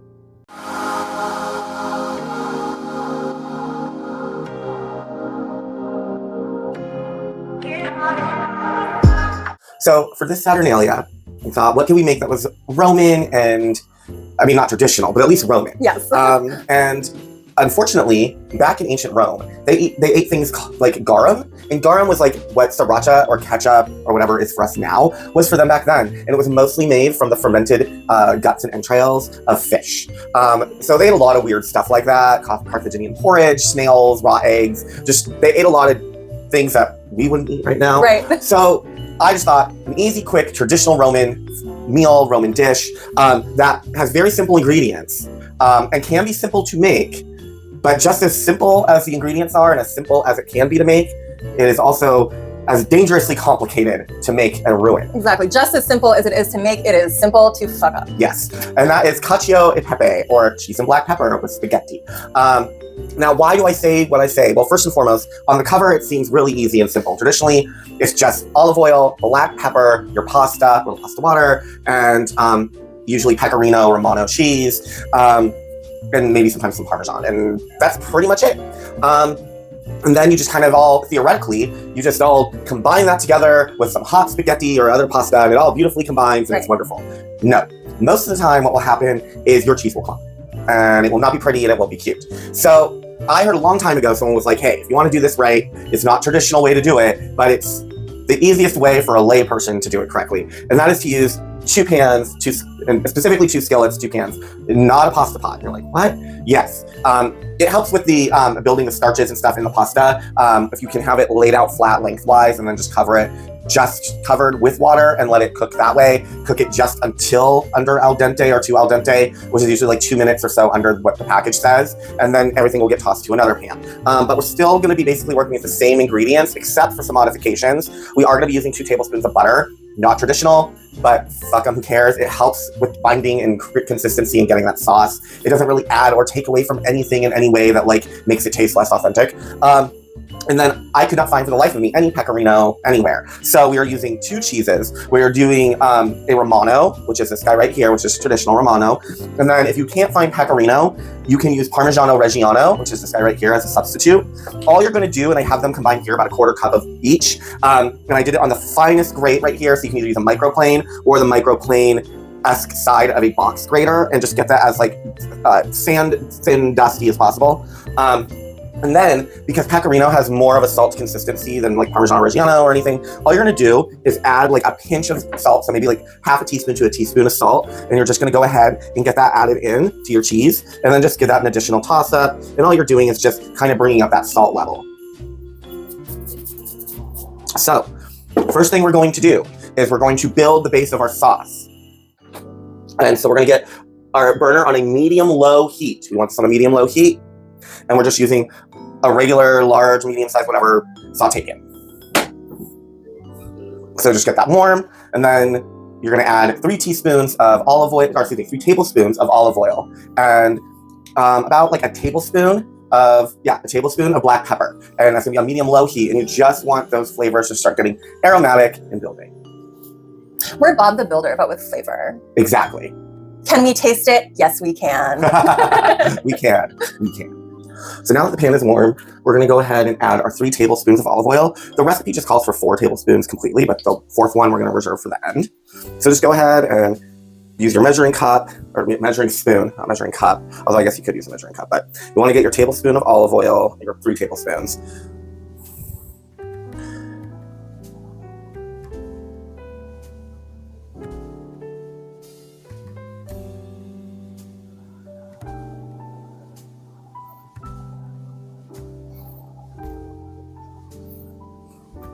Okay.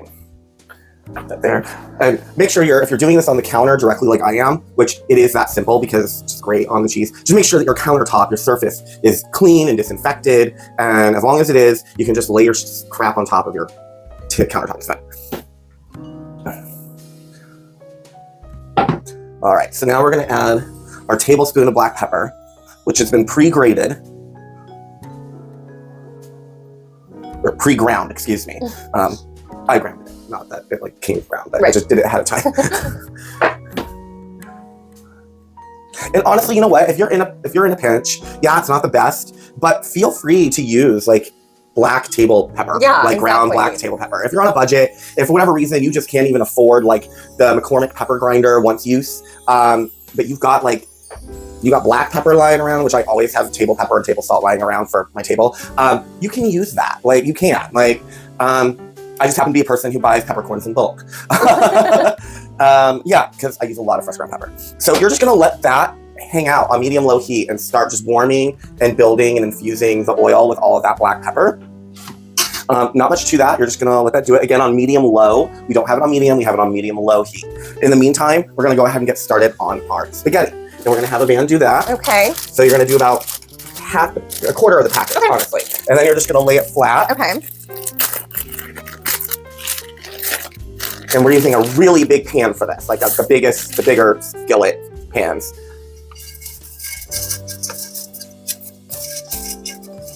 Is that about good or more? Let's see. For 2 people, I would say it's perfect for 2 people. Okay. And then go ahead and you're gonna take your salt. We have pink Himalayan sea salt. Okay. And you're just gonna go ahead and get about a teaspoon of that in your palm. Okay. More or less. Oh no, that's perfect. Okay. Go ahead and just put that on our dry. You don't have to sprinkle it. You can just dump it. Just dump it on top. Okay. Yep, perfect. Now you're gonna go ahead and we have a tea kettle, which I already have full of water, and I have it full of hot water. Go ahead and grab that tea kettle. Okay. And now you're just gonna pour it over the pasta. Okay. To just everything covered. Okay.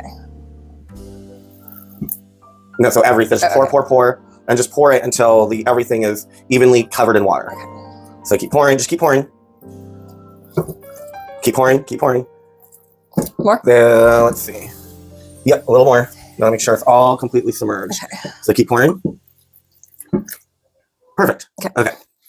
So make sure everything is just all covered in an even layer of water. Now turn our burner on high. Okay. All right. So now while that's coming to a boil, I'll trade you. So while that's coming to a boil, you're just going to continue warming your olive oil and black pepper mixture. And it's going to start to kind of sizzle because it's oil and it's got peppers in it. But that's okay. Just let it hang out. And then once our pasta water comes to a boil, we're going to take our black pepper olive oil base pan off the heat to cool while the pasta boils in the boiling water. So again, really easy to do. You just are leaving things, again, the oil, black pepper on medium-low heat, and just let that hang out and get warm while you're boiling your just covered pasta in a large skillet. And then come to a boil, take that off the heat. Don't worry about it. Just focus on your pasta. Either with a fork or in this case, like a pasta ladle, any type of thing with kind of serration, you just want to gently move around your spaghetti or whichever pasta just to prevent sticking. I know some people are like, oh, put in some olive oil or whatever into your water. Do not do that, because if you add oil to your water and then cook your pasta in the water, it makes it harder for your pasta sauce to stick to your pasta. Yes. If you've ever wondered why you do that, and then it just for whatever reason, it's not like it is at the restaurants when you go or whatever, and your pasta sauce just isn't clinging to your pasta that way, and it's just more kind of getting a slather of tomato sauce or whatever sauce, but the meat and everything doesn't cling to your pasta. It's because you put oil in your water. So don't do that. Just salt your water well. And you want to just give it a nice toss back and forth. Now, usually I like to put a generous amount of salt in my pasta water, really, and you want to get like the C. But with this, no. And the reason being is because the cheeses and everything already have so much salt in them. That's true. You don't want to make that even more pronounced by having, a C's worth of salt water in your pasta pot for your pasta. Normally you do. You want a generous amount of salt water or salt in your water when you're making pasta. But for this, you don't, because we have so much salt happening once it's out of the water. So you just want to do that like teaspoon, 2 to a tablespoon. So you can do, depending on how you want, at least a teaspoon up to a tablespoon, pinch of salt anywhere in between in your water is fine. So now that the water is boiling, we're going to go ahead and remove the olive oil black pepper mixture off the heat. But keep your burner going at medium-low because we are going to return back to the burner when our pasta is ready.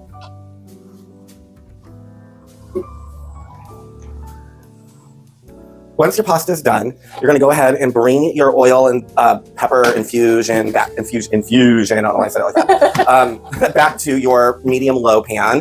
And then from there, we're going to take our pasta directly from the pan. Don't strain it, drain it, etc. Do not do that. You're going to take it directly either with tongs or with a pasta fork, pasta ladle. We're going to go ahead and transfer it in with our oil and black pepper. Yes, it's going to sizzle. There's water happening.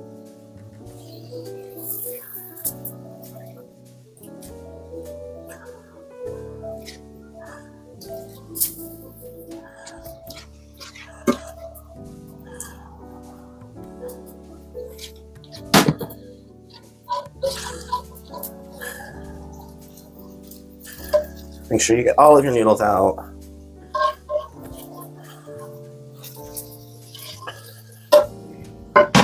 All right, then we're going to take 3 tablespoons of our pasta water and add it.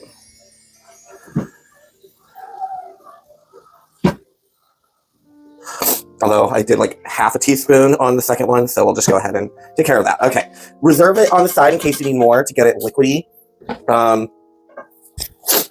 Excuse me, I had a nose itch. So now we're just gonna roll, we're gonna toss our pasta in with that olive oil, black pepper.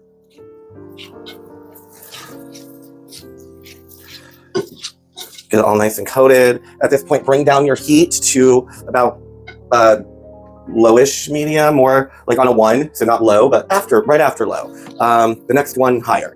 And then we're going to add our 2 tablespoons of butter. This is 2 tablespoons exactly. We're just going to put that in, toss that around, get it melted and coated with our pasta.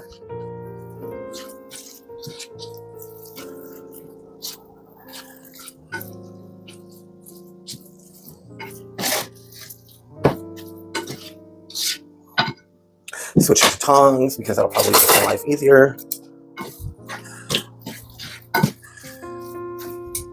Add more pasta water. It's going to be nice and starchy and thick and beautiful. It's going to look like pasta sauce on its own. Yeah, it does. And that's okay. That's just helping with our creamy base. Mm-hmm.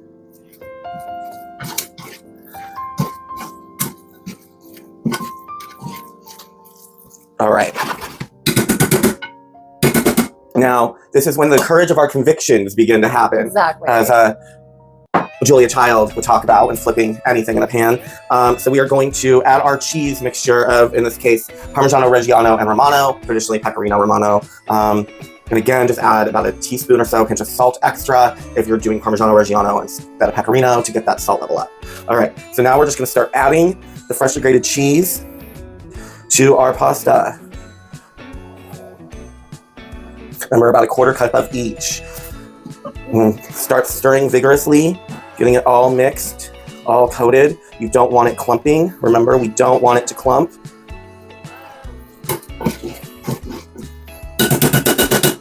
All right, we're gonna add more pasta, starchy pasta water.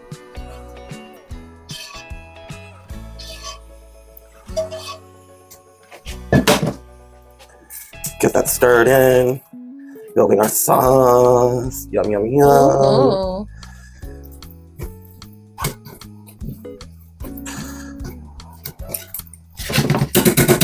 So at this point, we want to keep building our flavors as we go. So add more ground black pepper, fresh if you can.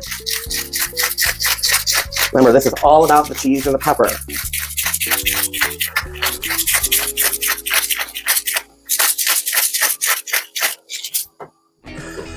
Get more of your cheese in there. Perfect. And stir, stir, stir. Get it all combined.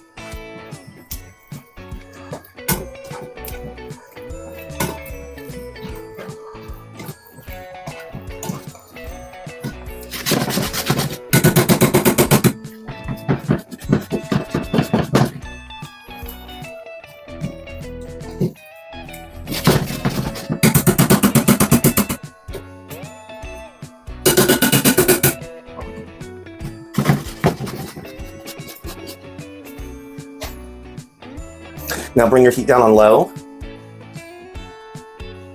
And then just let it hang out, and this is what it should look like. So this is what it's gonna look like. Nice and creamy. All that black pepper in there. Looks delicious.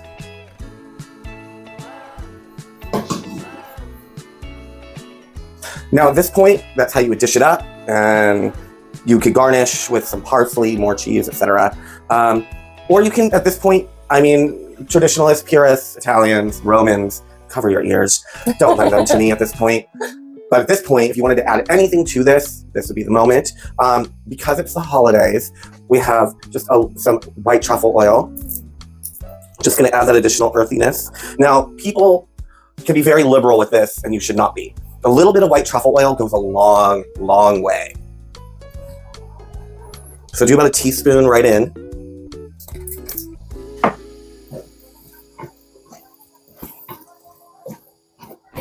Now remember, we were going to finish with one more tablespoon of olive oil, but we did the white truffle oil instead. So I want to just give that a nice little toss. And then I love cilantro. She loves cilantro or coriander. So I like to use it if people love to use parsley. And I'm just going to go ahead and add a little to it and give it a toss. Give some bright color. That is some bright flavor. Yes, and to enhance that brightness, you can use a little lemon juice. About half a teaspoon to a teaspoon to your taste. Just give it a little bright lift.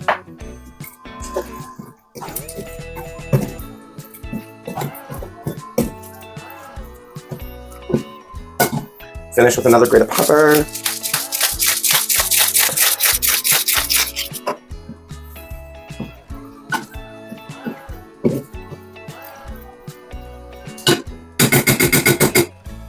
So was going to do plates, but then I remember I have these wonderful bowls that are perfect for pasta that I love to use. So we're just going to serve it up in this. Nice turn with your tongs.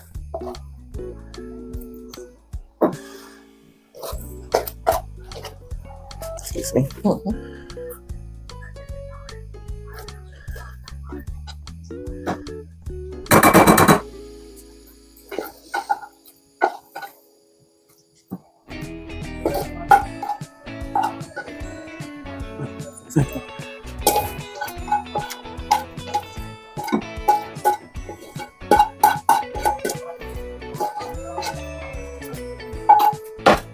Okay, so we're going to set that aside, and then go ahead and garnish with more cheese.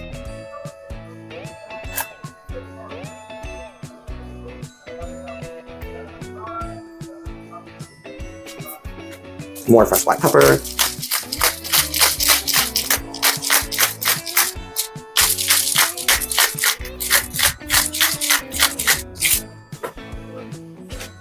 More cilantro or coriander.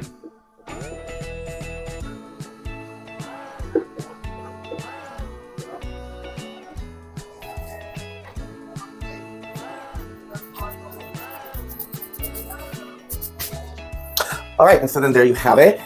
A beautiful dish of Cacio e Pepe. Not historical for the times. No. But a traditional Roman dish for a traditional Roman pagan holiday celebration.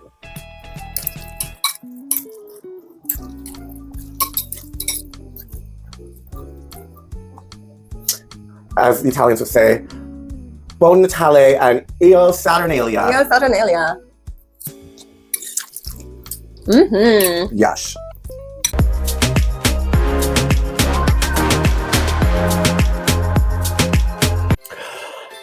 Well, we hope that you enjoy it. We hope that you make it. As you can see, that was kind of a cheat. It was not the authentic way, but it was still delicious. It was still delicious. Tasted correct. It looked correct.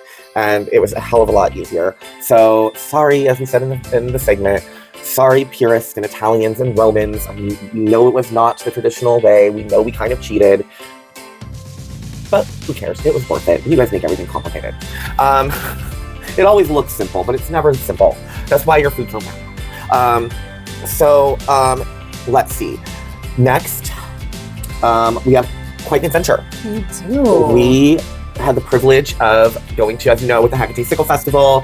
You know, we have been working with the Aquarian Tabernacle Church, which is the largest neo-pagan, witchcraft, Wiccan, heathen, etc. organization, legal arm, lobbyist arm in the country. And we got the opportunity to go to the Motherchurch located out in Index, Washington. And yeah, it was a really amazing time. And again, thank you so much to Belladonna, to Dusty, Ramses, Nikki, Kathy, all of you. Thank you so much for having us at the temple, especially after the crazy flood. Oh my gosh, I know. Which you guys will see pictures of, all that. Like, just thank you so much. And yeah, so enjoy.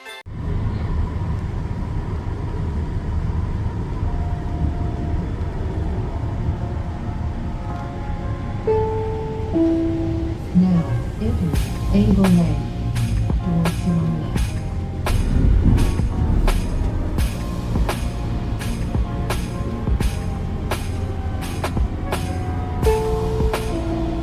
Now, enter SeaTac Airport. Doors to my left.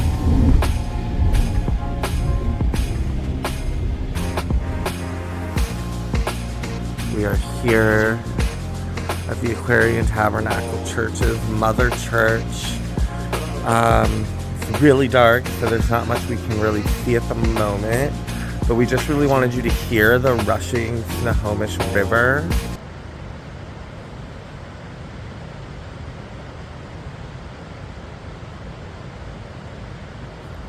So much power in that sound. And then here's the church house, the Motherchurch. A very interesting house. We're not going to show the whole thing at the moment we're walking up.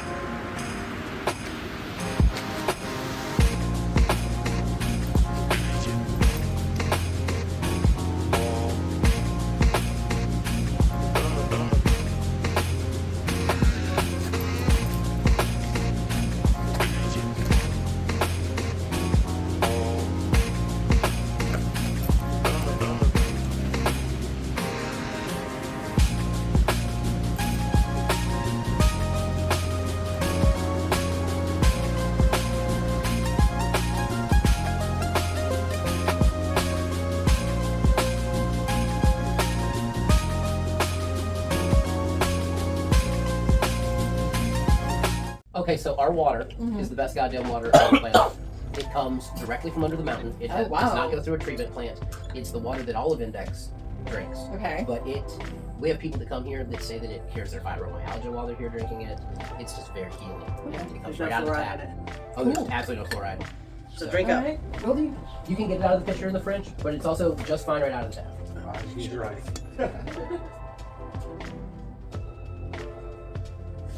Do you like it? No, that's the new clap. Yes, I clap. Well done. Well done. Just a little. You know, like it's the new beat mix now. Exactly.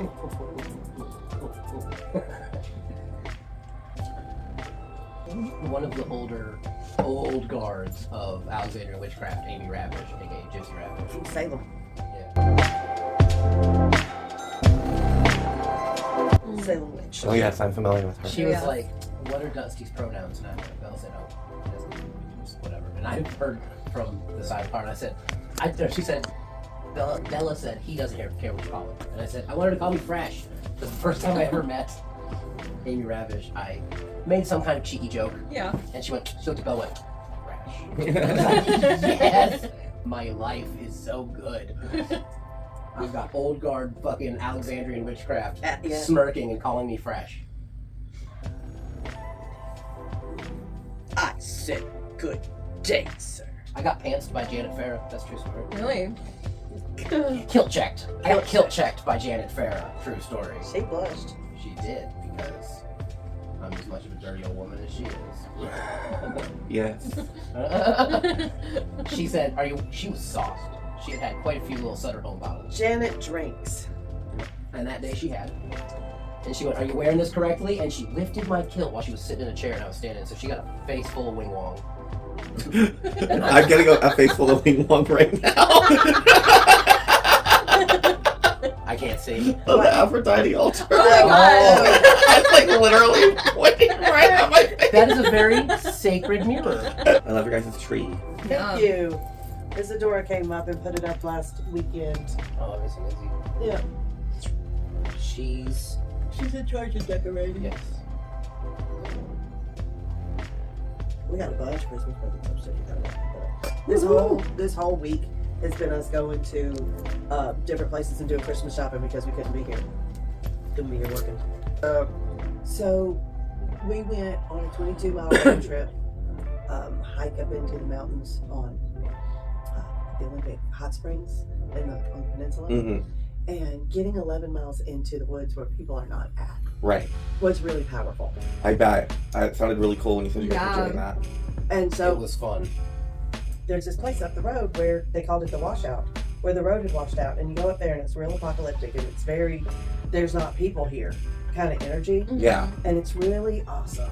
And then they built the road again. And we were kind of like, we used to have a washout road. And it was kind of, and there's hot springs somewhere out there. And so now I'm like, we have to find the hot springs that we live near because we have a washout and we can just, it's not a 4-hour trip to Mount Olympus. I want to find it, Yeah. you know? That'd be really cool. Yeah, there's all kinds of hot springs. There used to be a resort somewhere Yes. out here. Yes. I don't know where it is. Pete said you just had to walk around and every time you found some water, you have to touch it. If it's warm, you follow it. That sounds about right. No, yeah, that sounds about right. Look for the steam. Yeah. Mm-hmm. When we got to the Olympic hot springs, it was so magical. I like that. I saw Bigfoot in the woods. Oh, we see a lot of Bigfoot. Yeah. Yeah, I saw Bigfoot in the woods, and I had never seen one while I was out of the So car. scary. I hope I never run into one. Like, I hope I never run into one. Well, they didn't want us to see it. Never does. Mm-mm. So you know what you don't do when you see a Bigfoot in the woods? Don't point at the speakers. You don't. Yeah, you Is that don't. what you did? No, I Okay. didn't. Okay, good. No, I I thought you were about to I be like, went- yes, I did, and I learned my lesson. No, I went, oh my God, there's a Bigfoot. Don't make a scene. Don't say anything to anybody. Just act normal. Because, okay, so here's what happened with Bigfoot. He had his back to me like this, right? And he went, Oh, yeah. then he leaned over like this. It was really, I was like, oh God, he don't want to see. He's like, oh shit, there's people over there. Yeah, they also will like hop out interdimensionally. Mm-hmm. We found a Bigfoot campsite over there across where the washout is. Mm-hmm. So we found it was about 8 beds, Bigfoot beds. Now here's how I know they're Bigfoot beds. So about this high up off the ground, it was a broken tree. And then over, and the tree's down, right? Mm. And so over the tree is placed moss where you can tell that something went and gathered moss Yeah. and put it over. Like a down, yeah. Uh-huh. Okay, so just enough of this to be able to get your head and shoulders out of the rain Yeah. and sleep underneath the log. It's not like a person would make a Right. lean-to. So there was about 8 of those. Not a blade mark, not a tin can, not a trail blossom of toilet paper, anywhere. But all of the, and not in a ring, not a fire circle, anything. And please finish your story. This is so good. I'm into this, and I'm like, why are we not? We need better sound on this. Okay. Story. So you found the down. So I found these. So there was one big enough for a couple, like a father and mother, and then there was a little bitty one right by where they slept, and then there were Okay. other ones of different sizes. Like it was a family. around. Yeah, around in a clearing, and Was it all? And it was all this moss down on all these spots. yeah. And So was it more branches? it was the brought same down? kind of. It was a Repeated. tree, Yeah. like a tree. Yeah. Okay, that was broke Okay. at all around the same height. So Right. it wasn't a random break. It No, was it let's was- break it right here. Right. And then the moss was placed over it, and there were a couple of teepee kind of things, Yeah, kind of leaned up. leaned up against it, making a little teepee. yes. I've seen that before. Yeah, and then yes. the moss was over it, so it was just enough to get your head and shoulders out of the Right. rain, Yeah. right? And there was about 8 of them, and the dog was going insane. And we had this really, I knew you were going to do it. I knew you were going to do it. We had this really prissy Southern belle lady of an emotional support dog who the secret was we were her emotional support. She was she's very intuitive dog, but very spoiled. Yes. I know her well. Never got dirty. Like Yes, I knew her well. okay, didn't like to go outside in the rain. Yep, I knew her well. Was rubbing her face on the ground. Yep, picking up, getting that scent. Getting the smell. Yeah, and we were like, what the heck are you doing, honey bear? And, you know, they tell you that there's this certain way that Bigfoot does its stuff. So you find this kind of like drug out path, and then you find this big thicket, and then on the other side of the thicket is a clearing. Mm-hmm. Well, that's exactly what we found. We're mushroom hunting. And I go, this looks like a weird path. And it was about 4 foot wide, and all the grass was just pushed down, like something had been drug across it. And then we get to just this wall of thicket. Well, I found my way around it, and there were mushrooms, which we picked. That's what we were doing. We were mushroom hunting. So we picked the mushrooms. Then we noticed the Bigfoot camp. There wasn't a fire rate. There was absolutely zero signs of humans. It was obviously a camp. Yeah, no, yeah, incredible. No cuts or anything. And I mean, really like 30 feet from the road. Wow. Yeah. So we gather this stuff. We take pictures. We're like, this is kind of interesting. I think we found a Bigfoot camp. And then we leave and we get back to the road. We're going to go on it's not a road, it's a path. We're going to go on down the path to collect more mushrooms when something breaks a tree behind us. Mm-hmm. And so I start running into the forest, and Dusty starts running back towards the car. And Smart. And my Smart daughter, choice. between the two of us, go, y'all are running in different directions. So I turn around and I go, aren't we going to go hunt mushrooms? And Dusty goes, Bella, when something breaks a fucking tree in the forest, you turn your ass around and leave. Yes. And so we left. So we go home, and Dusty puts the mushrooms on the identification Facebook list like you do. We think these are oyster mushrooms. We found these here. And the guy comes back and says, this page is for Washington mushrooms only. And Dusty said these were collected in index. And he said, no, these only grow in Ohio. So we went in there and found a Bigfoot garden as well as campsite and picked his cultivated mushrooms, and he was pissed. That is amazing. Oh my God. Yeah, we've had so many encounters. So he woke me up one night. I say he loosely. I was sleeping and I heard this siren, it sounded like, and it woke me up, and I listened, and I was like, and I think that's Bigfoot. Dusty, wake up, listen. And so Dusty wakes up and listens. And I said, what do you think that is? He said, I think that's Bigfoot. I said, I think it's Bigfoot too. And so we listened a little bit longer, and then it takes a breath. And so this was like 3 minutes of a person trying to sound like a siren sound. Mm-hmm. Like a woo, right? But it's like woo. No, I've heard that before. No, I have stories. I've never seen, but I've heard, and I've never seen Bigfoot, but I have come to the aftermath of so I have stumbled upon, and so that's why I knew what you were talking about. Yeah. And I have heard. Yeah. So I told my son and everybody else in the house what we had heard the next morning. And my son was doing a paper on mythological creatures. Uh-huh. And so he decided to do it on Bigfoot since we were talking about And it. who's your son? My son Ramsey. Oh, Ramsey's your son. Oh, okay. okay. Yeah. And Okay, that makes sense. Okay. so I hear the sound. Putting names to faces and connections to Yeah. people, bodies. Yes. And so I hear the sound. I'm sitting here and I went running in there. I said, that's it. That's the sound I heard. That's the sound I heard. What is it? He said it was the clearest Bigfoot call that was ever on record. And it was recorded in the Wenatchee Forest, which is where we are right now. Wow. That is I mean, this amazing. is where they did Harry and the Hendersons, Yes, right? yes. Yeah.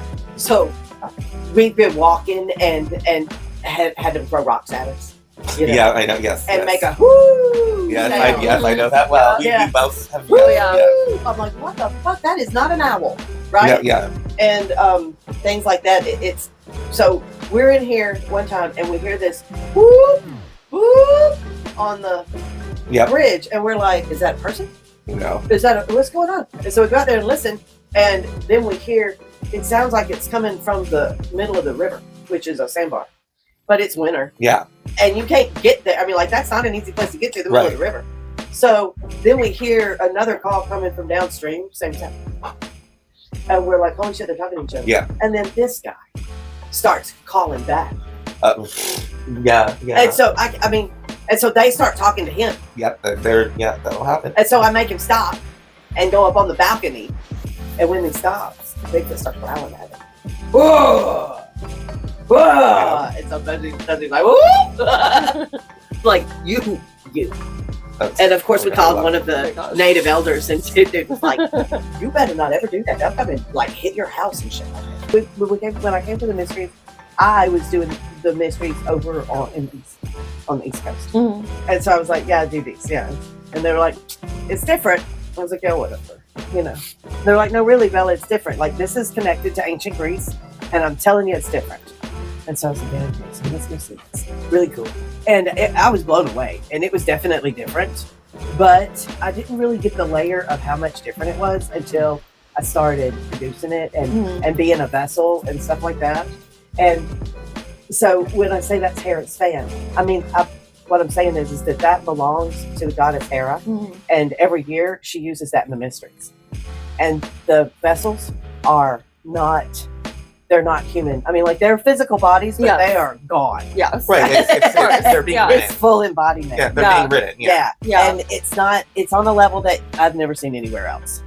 Yeah. And I inherited the work. I can't take credit for it. Like I inherited this position. It's an honor to get to do it. But it is so unique that if you had never seen it before, it's like this for me. Every year I go, this is a huge thing. This is a big, big deal. I can't even explain to you how big of a deal it is. And people go, yeah, I get it. I know, Bella. It's full embodiment. I get it. They're possessed. I got it. I've seen it before. Yes, I get it. And then we go to the mysteries, and after Lester's one or Foray to the Sea, they'll come up to me and they'll be like, "Oh my God, no, it's my God.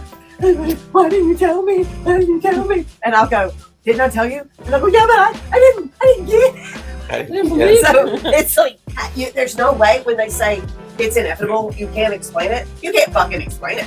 I've been trying to explain it for 20 years now. And every time I try to explain it, I go,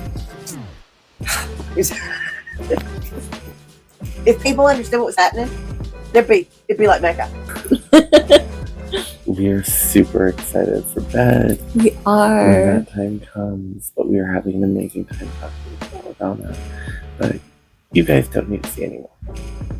Good night. Good night. Good night. So here we are. Just woke up, trying to figure all of our life out. Yes. Um, Hope that you guys, wherever you are watching from, are having a good and pleasant morning too. yes. I'm like crookedly looking at you people. Yes. Let me see if I can help this just a little. Okay. And then remember where to look at you. Yeah. So good morning. Good morning. And this is day 1, 2, but 1. Yes. Technically 2. What first full day? The first day, full day.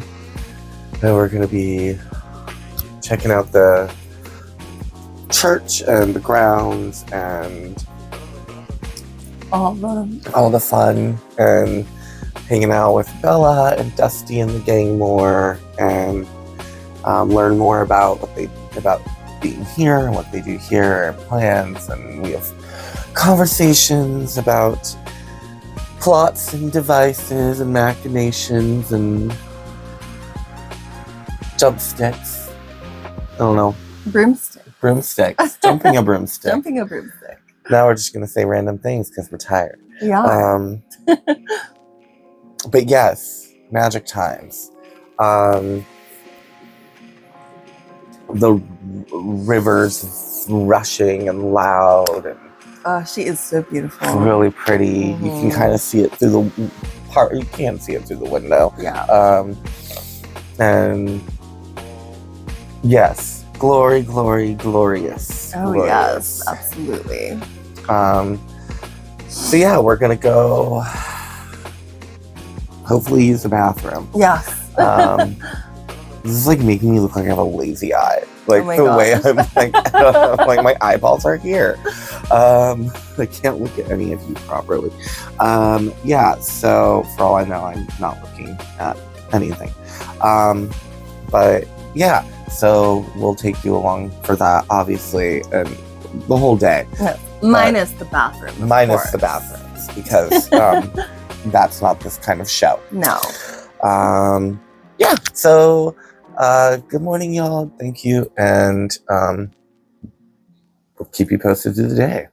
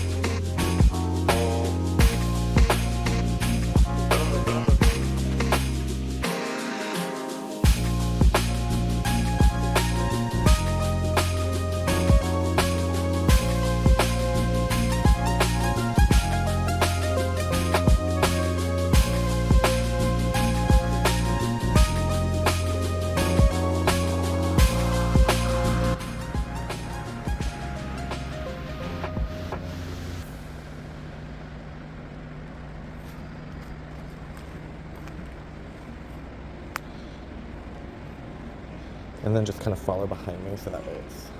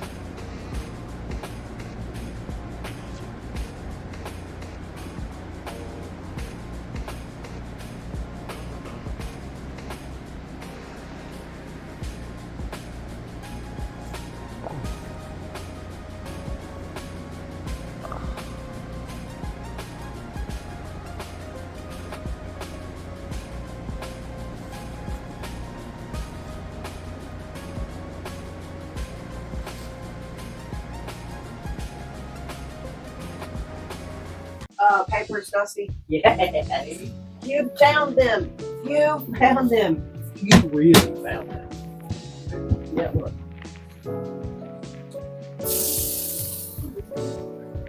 Flowers. You love it.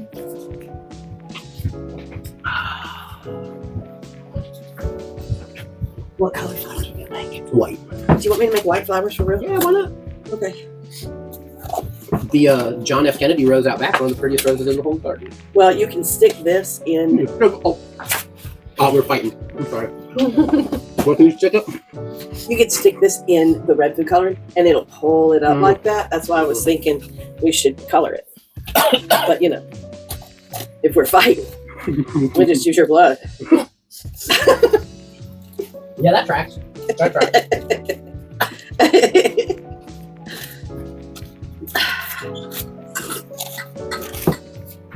So, this flower is a unique flower technique that I saw that I have yet to try out, and I'm excited to try it because it's made with these and these. Okay. So, Spring Mysteries Festival, goddess of flowers and spring, right? Mm-hmm. Makes a lot of flowers for her mother for the festival. Right. And it is a fun and tireless effort of making flowers. And I feel like we encourage her. Some people get tired of it, but not me. We're like the Maisleys at Grey Gardens. Exactly. Real witch wives of Washington State. Exactly.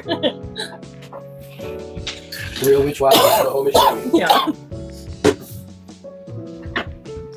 Actually, every time someone says Oh my something God. really shit, I'm like, Real Housewives of Stonehenge. I love that this table has a built-in lazy Susan. The legs are pan legs, or same legs. Oh, they are. They're hooked.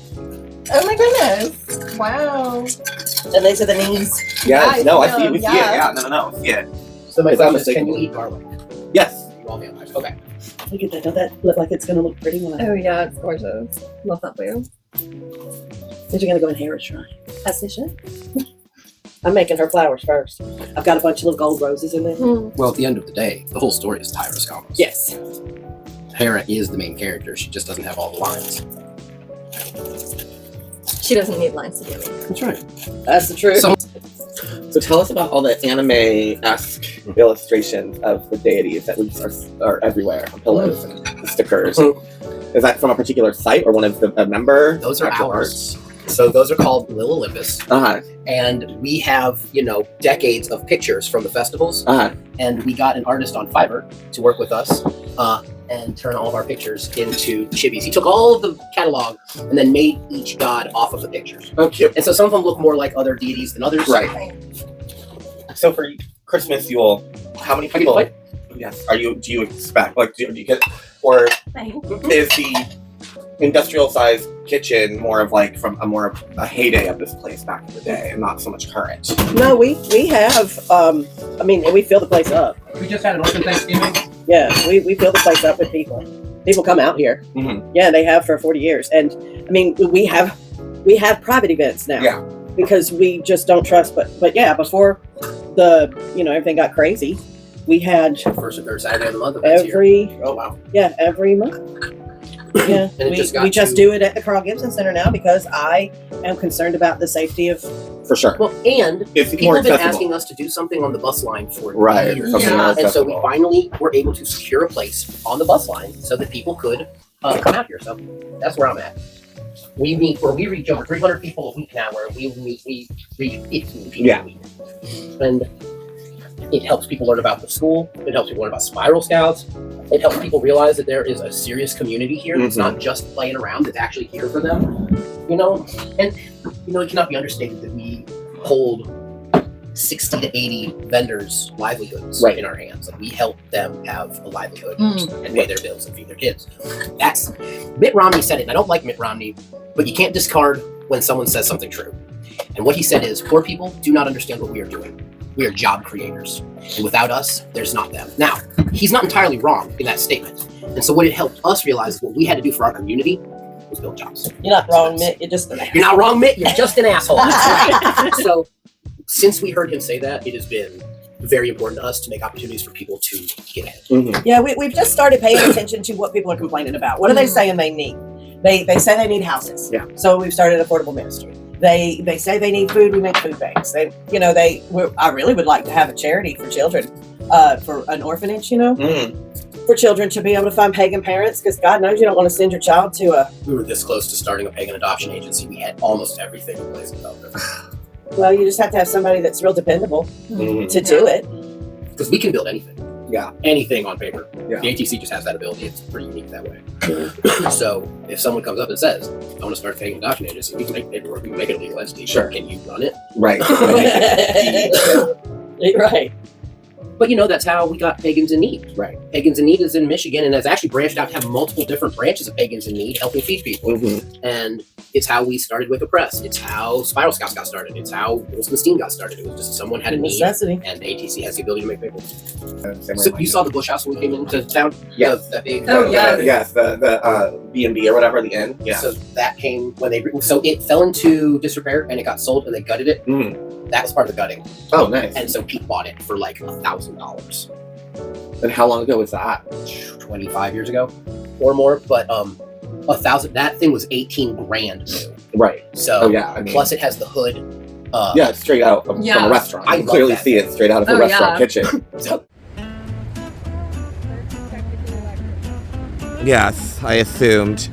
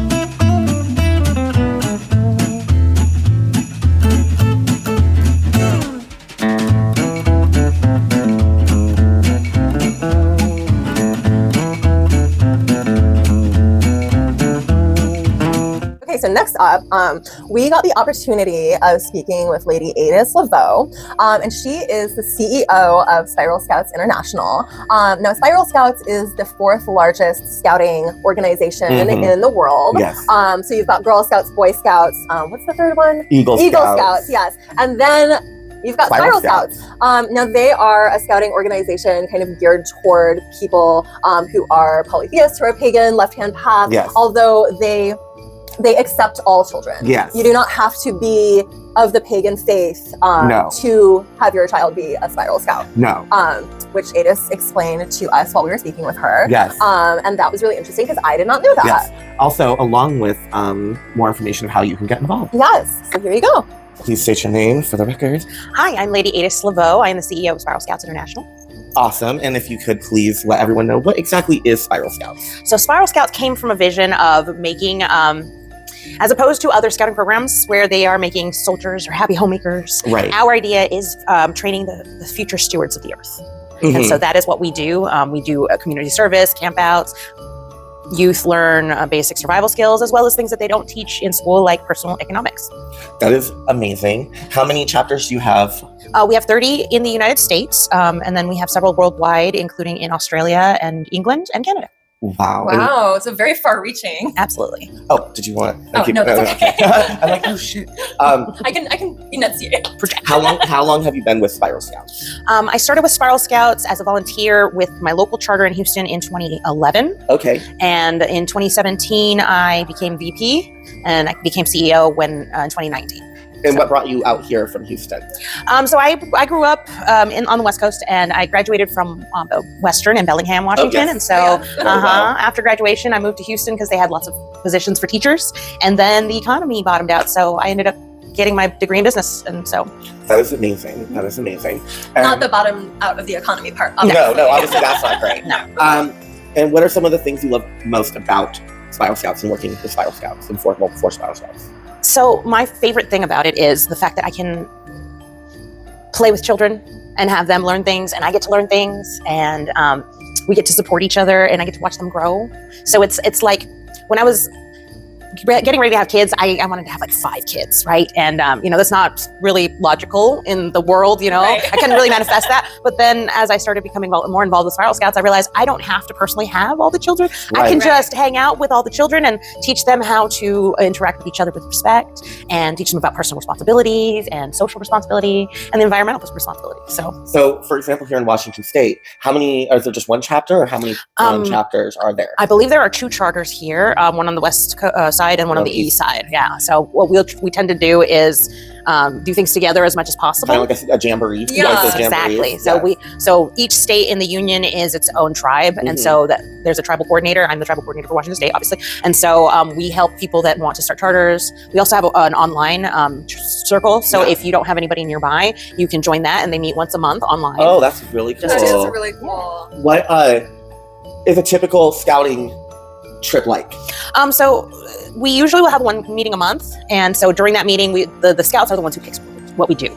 We are just there as adults to make sure that they don't get themselves into trouble, but they're the ones that get to decide what they want to learn, and so they're really excited to come to the meeting, figure out what we're going to learn about. Like I remember learning entomology with the kids because I didn't like bugs before I started this, and now I know all sorts of things about bugs that I didn't know before, and I'm actually no longer scared of them because exposure therapy over the years, And do they do ritual? Is that part of it? We do not teach religion to other people's kids because, that's really good, Spiral Scouts comes from the Wicca idea of, no proselytizing, we don't indoctrinate. And so we have a lot of non-pagan scouts. Who are part of it, Who are part of it, We have atheist scouts, we have Hindu scouts, we have scouts from all over backgrounds because we want everybody to be included. That's really good. Awesome. Another reason why I want to talk is we're really trying to, through now kind of this partnership with ATC, is to kind of show that organizations like ATC, like Spiral Scouts, even if they were birthed out of the binary Wiccan movement of the age, that's not where it's at anymore, and that the umbrella is very inclusive for all people of all paths, whether atheistic or heathen, pagan, otherwise. There is a place for them within the broader established community organizations. And I've known about Spiral. I remember being a teen and wishing that I could join Spiral Scouts. It's been around for a very long time, and but again, it was I remember when I was a teenager, it was still very, very pagan. It was very we do the witches chant together. Or the witches will sing the witches rune before every meeting. And it was cute. And you would see these young pagan kids, these young witches doing, but it also felt very well, if maybe that's not your path, your pantheon, maybe that's not how you practice witchcraft, maybe no religion is part of it, no spirituality is part of it, deity is part of it, then you would not necessarily feel welcome. Right. And so it's good to see that, we can kind of show that these organizations are changing and evolving. Exactly. Absolutely. So over the course of the 20 years that Spiral Scouts has been here, yes, each individual leader will generally create the atmosphere, the culture of the circle that they are running. Yeah. So a lot of times you will have covens or churches or groups that form their scout circle for their congregation, their members, etc. And so they will still do things for the scouts that are, very pagan centered. But a lot of us that came out of other religions and had to, walk away from all that. What is the word I'm looking for? Just structure. Well, it's rigidity. Yes, the rigidity of it. We have slowly moved it away from. So, we have Sabbath badges. Mm-hmm. We have the Yule badge that we'll be working on at the next metaphysical market. But it is now a comparative award where you look at your family. What does your family do during this season? What does your community do during the season? What does the world do during the season? And so you look at all of those things with the kids, with the youth, and they learn all about all different kinds of cultures, all religions. And it's the idea is that no matter what your background is, no matter what your economic status is, your youth can participate. So we have a scholarship program for our circle here in the greater Seattle metro area. And I know several other circles do the same thing, where the donations that come in help pay for all the things, so that no scout that comes and wants to participate says, oh, I don't have the money, because that is not a good reason to not be able to participate in Everyone something. should be able to have access to participate if they want to. Mm-hmm. And so people can donate to the scholarship fund. Yes. And they can do it, I'm assuming they can donate to their individual chapter. So if you are watching in New Hampshire, you can donate to the one in New Hampshire. Absolutely. Or if you want to donate to this chapter, you're able to do so. How can they do that? So we collect donations at our meetings because here at the Metaphysical Market, we do fundraising, and that's how we fund our scholarship program. And so what we'll do is we have charcuterie and snacks and stuff like that. And you can purchase that, and the proceeds go to that. You can also just donate money here in person. You can also go online to spiralscouts.org. Our main website at the very top, the very first link that you can click is the donation. We use Zephy. I don't know if y'all know about Zephy. They do no fees for nonprofits. Oh, yes, I do know. So that is the method that we prefer, because then you can all of your donation goes to Spiral Scouts and not 2% of it going to some company or that kind of stuff. That's great. Well, thank you so very much for your time and for telling us all about Spiral Scouts. Donate. The link's right there, so you have no excuse not to donate, either to our chapter here in Western Washington or a local chapter in your area. And if you are here in Western Washington, please pop on down to the Gibson Center here in Everett and check out the Magical Market. And as you saw from the footage, those charcuteries are beautiful. So if you're all about that meat and cheese, then this is where you need to be. Bye. That was perfect. Again, click on the link in the comment description so you can donate either to your own local chapter of Spiral Scouts or donate to Spiral Scouts International. Either way, your donation goes to help fund a scouting program geared towards all children of all faiths, but particularly pagan, left-hand path, witchcraft, Wiccan, etc. children, heathen children. Which I just think is so important and so needed. Especially right now in this rise of Christian nationalism in this country. Absolutely. So we need something like Spiral Scouts more than ever. Absolutely. So please donate, ideally to a chapter in your area. And if you want to get involved, if you don't have one in your area or close by and you want to start one, you there can learn how to start a chapter yourself. Exactly. And Adis is really, really funny and cool and sweet. She is wonderful. So, and she is the CEO. So in the end, she's ultimately going to be like, you get a chapter, you get a chapter, you get a chapter. And she will probably give you a chapter. Exactly. Just make sure you heart sincere, you pass the tests, you pass all the stuff, as she said, the background, all that shit. You can get involved and start your own chapter as well. So yeah, wonderful. Any in all ways. Yes. Oh, so they're just doing wonderful work, and I just love to see it. Plus, did you see that charcuterie? Oh my gosh, I know. Come on, Scouts, step it up. You guys are all still doing the cookies, which they're good, but I mean, Spiral Scouts are serving up gorgeous charcuterie bouquets and plates and stuff that they're making themselves. Exactly. Step it up. Step it up. The witches are beating you. Mm-hmm. Just like we always have. Just like. All right. So next we return to the misty forests of Greendale, only this time it's snowy. And we once again find ourselves at the Spellman mortuary to join Sabrina Spellman with her aunts, Hilda and Zelda, and her cousin Ambrose, and her familiar, who by this point is no longer new, Salem, the cat, for a Midwinter's Tale, the Chilling Adventures of Sabrina's holiday special. Now, this is season 1, episode 11, and obviously we are not there yet. No. And you're like, what are you guys doing? You guys aren't there yet. We know. But it didn't not too much happened that she needed to be caught up on in terms of, I mean, quite frankly, I need to be caught up because it's been ages since I'd watched it. But not much of a difference. I mean, there's a baby now from the Dark Lord they're not the Dark Lord, but from the High Priest with the ratty nose, who's the headmaster of the night school. And he killed his wife and they had a baby and he was going to get all Kronos about it. And Zelda has him and it's Yuletide. It's midwinter. It's Yuletide. I mean, he would hardly even have to eat the baby because he could just shove it up his nose. It's true. There's room in Those there. are huge nostrils. Just hope he doesn't have to sneeze. Yes. So, yeah, this was one of my favorite episodes. I watch it every Yule time, obviously. I'm sure I'm not the only one. And so I was really excited to show it to a fan. And I really am glad that it wasn't too far gone in plot that there had to be a lot of like catching up to do. This definitely feels like the holidays. It does. It's very like witchy. Gryla is an icon. That girl just wants some gin. Exactly. Like, amazing. Like, amazing. I love when, okay, so the Yule log, Lilith, Miss Radwell. What is it? Is it Radwell? I think it's Radwell. Who's actually Lilith. She puts out their Yule log. They light the Yule log through the winter solstice to keep spirits out, as we all should do, light candles, whatever, to do that for the solstice because things be moving and grooving out there. Exactly. She puts it out so Yule lads can get in and all sorts of nefarious things. And so Gryla, who in this they say is just a witch. Now Gryla in actual context is more like a Christmas midwinter mountain witch goddess.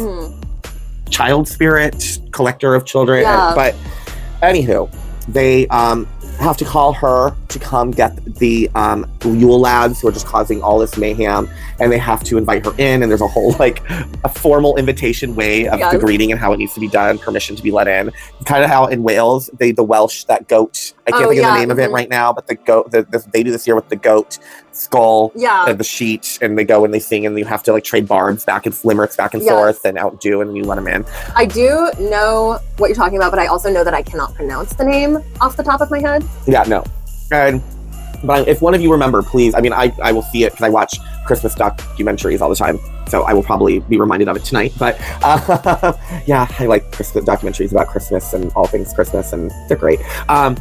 But it's like I want to call it the weed or the weasel schnitzel. Like I want to like almost like I don't know why, or the weasel wazzle. Like it's just like for some reason I feel like there's a W in it. Yeah, there is. Like I think like the way that I would read it, which obviously is very very incorrect. Low kelpie. Because you know it's a Gaelic word. Yes. And that is not the language that I speak. So the way that I would read the word, which is obviously very, very incorrect what it actually is, it's like the Mari Dweed or something. Yes. But the mare or something. Yeah. The mare weed. Weedo, Yeah. something like that. But I'm well aware that that is not at all the correct way to say that. No, and we could honestly, yes, we can look this up right now. Yes. But we're lazy.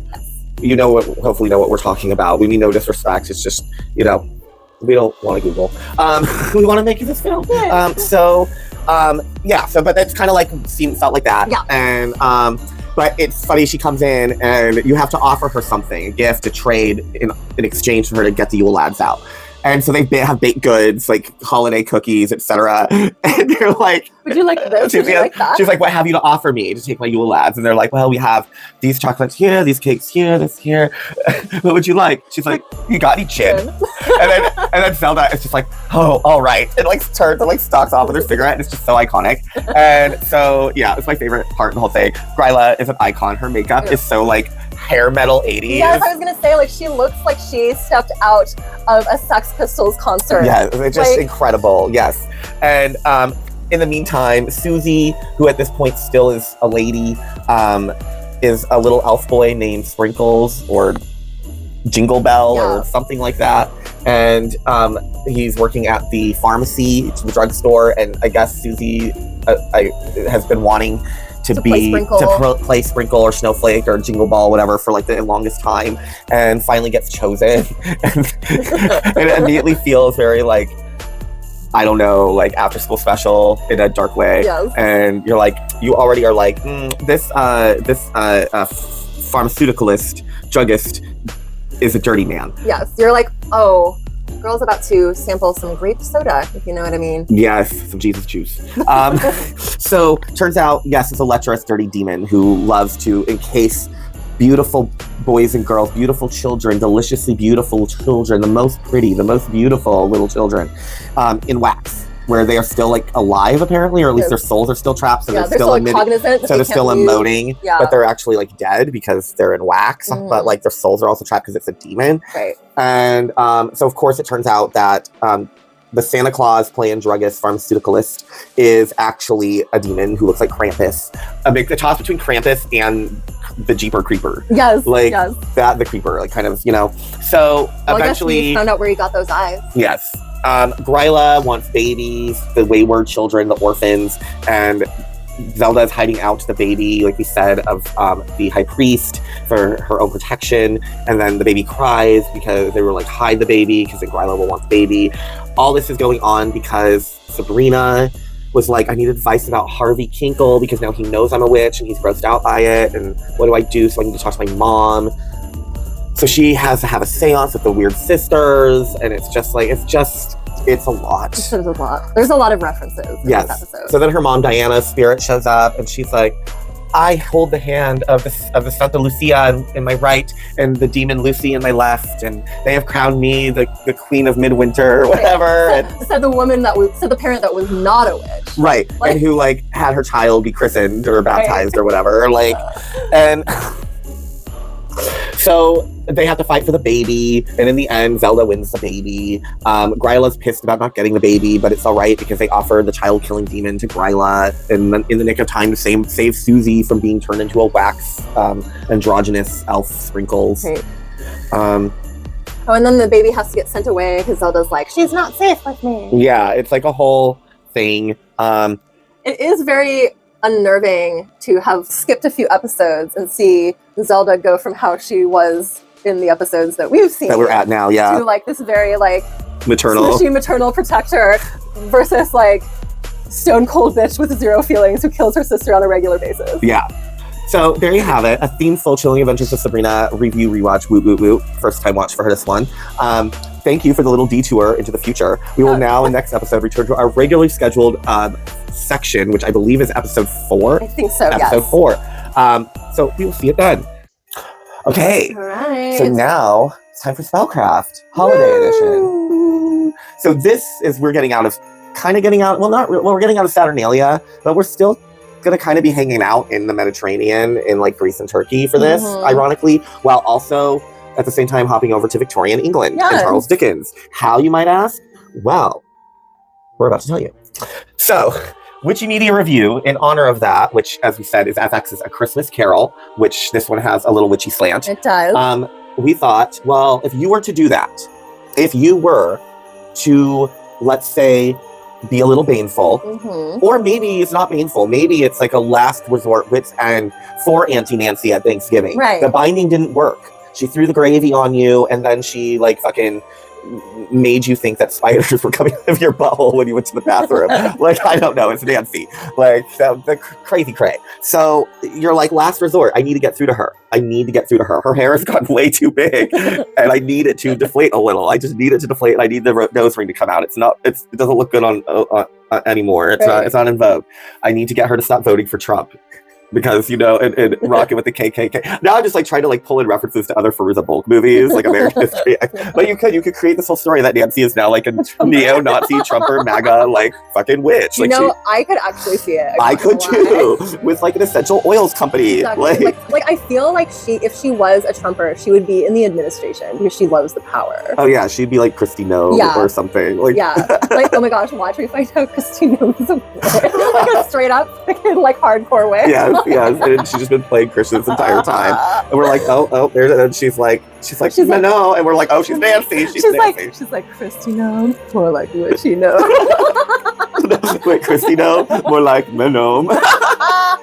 I digress. Anyway, so also though, Christy, the name Christine, that only means anointed. Like we were talking about with epithets a few episodes this ago. is true.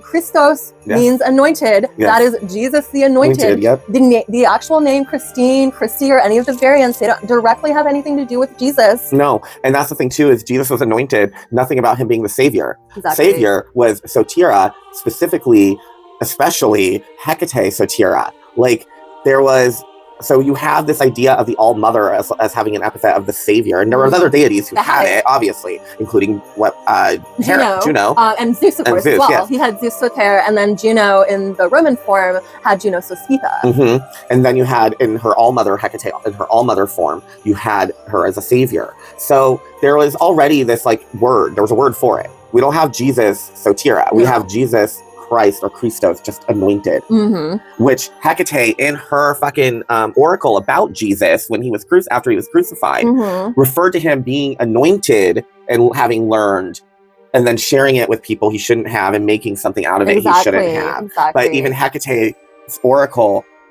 said through her oracle after his crucifixion that he was simply anointed. Exactly. She never referred to him as a savior or anything. HEKA-TEA through the oracle also referred to him as simply someone who was anointed and given keys and knowledge and power and access to the divine that he was meant to have, but then he shared it with people and made it into something, a cult that he should not have done, and promised it to people that he should not have promised it to because he couldn't deliver on it. Exactly. So because of that, and how Christianity so influenced Charles Dickens at the time of Christmas Carol, and Christian sentiment is so much through it by that point, that's also why I think this Divergent was also really good to explain. Yeah. Because we're crossing that same kind of area right now where we are kind of, in Spellcraft, reaching from two places. Yes. So how do you inflict a little dose of Christmas, past, present, future, learning, enlightenment, etc., retribution in a real way? How would you do that? A la Mary Cratchit in FX's A Christmas Carol. Right. Not the OG, but only this one. No. So we thought about it, and we played around, and we were like, well, what would you do? How could you facilitate this? So we're not going to give you any spells. We're not giving you any invocations. Like we said, as you guys know by now, Spellcraft sometimes is actual spells, and other times it is the philosophical workaround or technical workarounds of the craft itself, mechanics, etc., other fun subjects. This is one of those. So we thought, how could you do it? The easiest, most common sense way would be to go to HEKA-TEA. Because in her triplicate form, yes, she represents the three realms, earth, seas, sky. Yes, she represents past, present, future. Yes, she represents the endless direction of situation. But she also represents, it also is, and another word we would see is the fates, the three fates: Clothos, Lykesis, Atropos. So you could go to HEKA-TEA, invoke her in her triplicate fates form. And I'm trying to remember what the actual epithet was for her as the fate. Oh, wasn't it HEKA-TEA Moira? HEKA-TEA Moira, yes. And that is her as fate itself. And so that's how from HEKA-TEA Moira, you get that she is Clothos, Lykesis, and Atropos themselves. That their powers combined, it's like they're like Voltron or Power Rangers. Yes, and they form together, and then they make HEKA-TEA. It's kind of like that, if you want to kind of see it in that way. So you could go to her in that, invoke her in that, because she's all about justice. She's also all about vengeance too, but she's also about retribution. She's also about healing, journeys, growth, etc., etc. She's all about the poor. Yes. The least of these.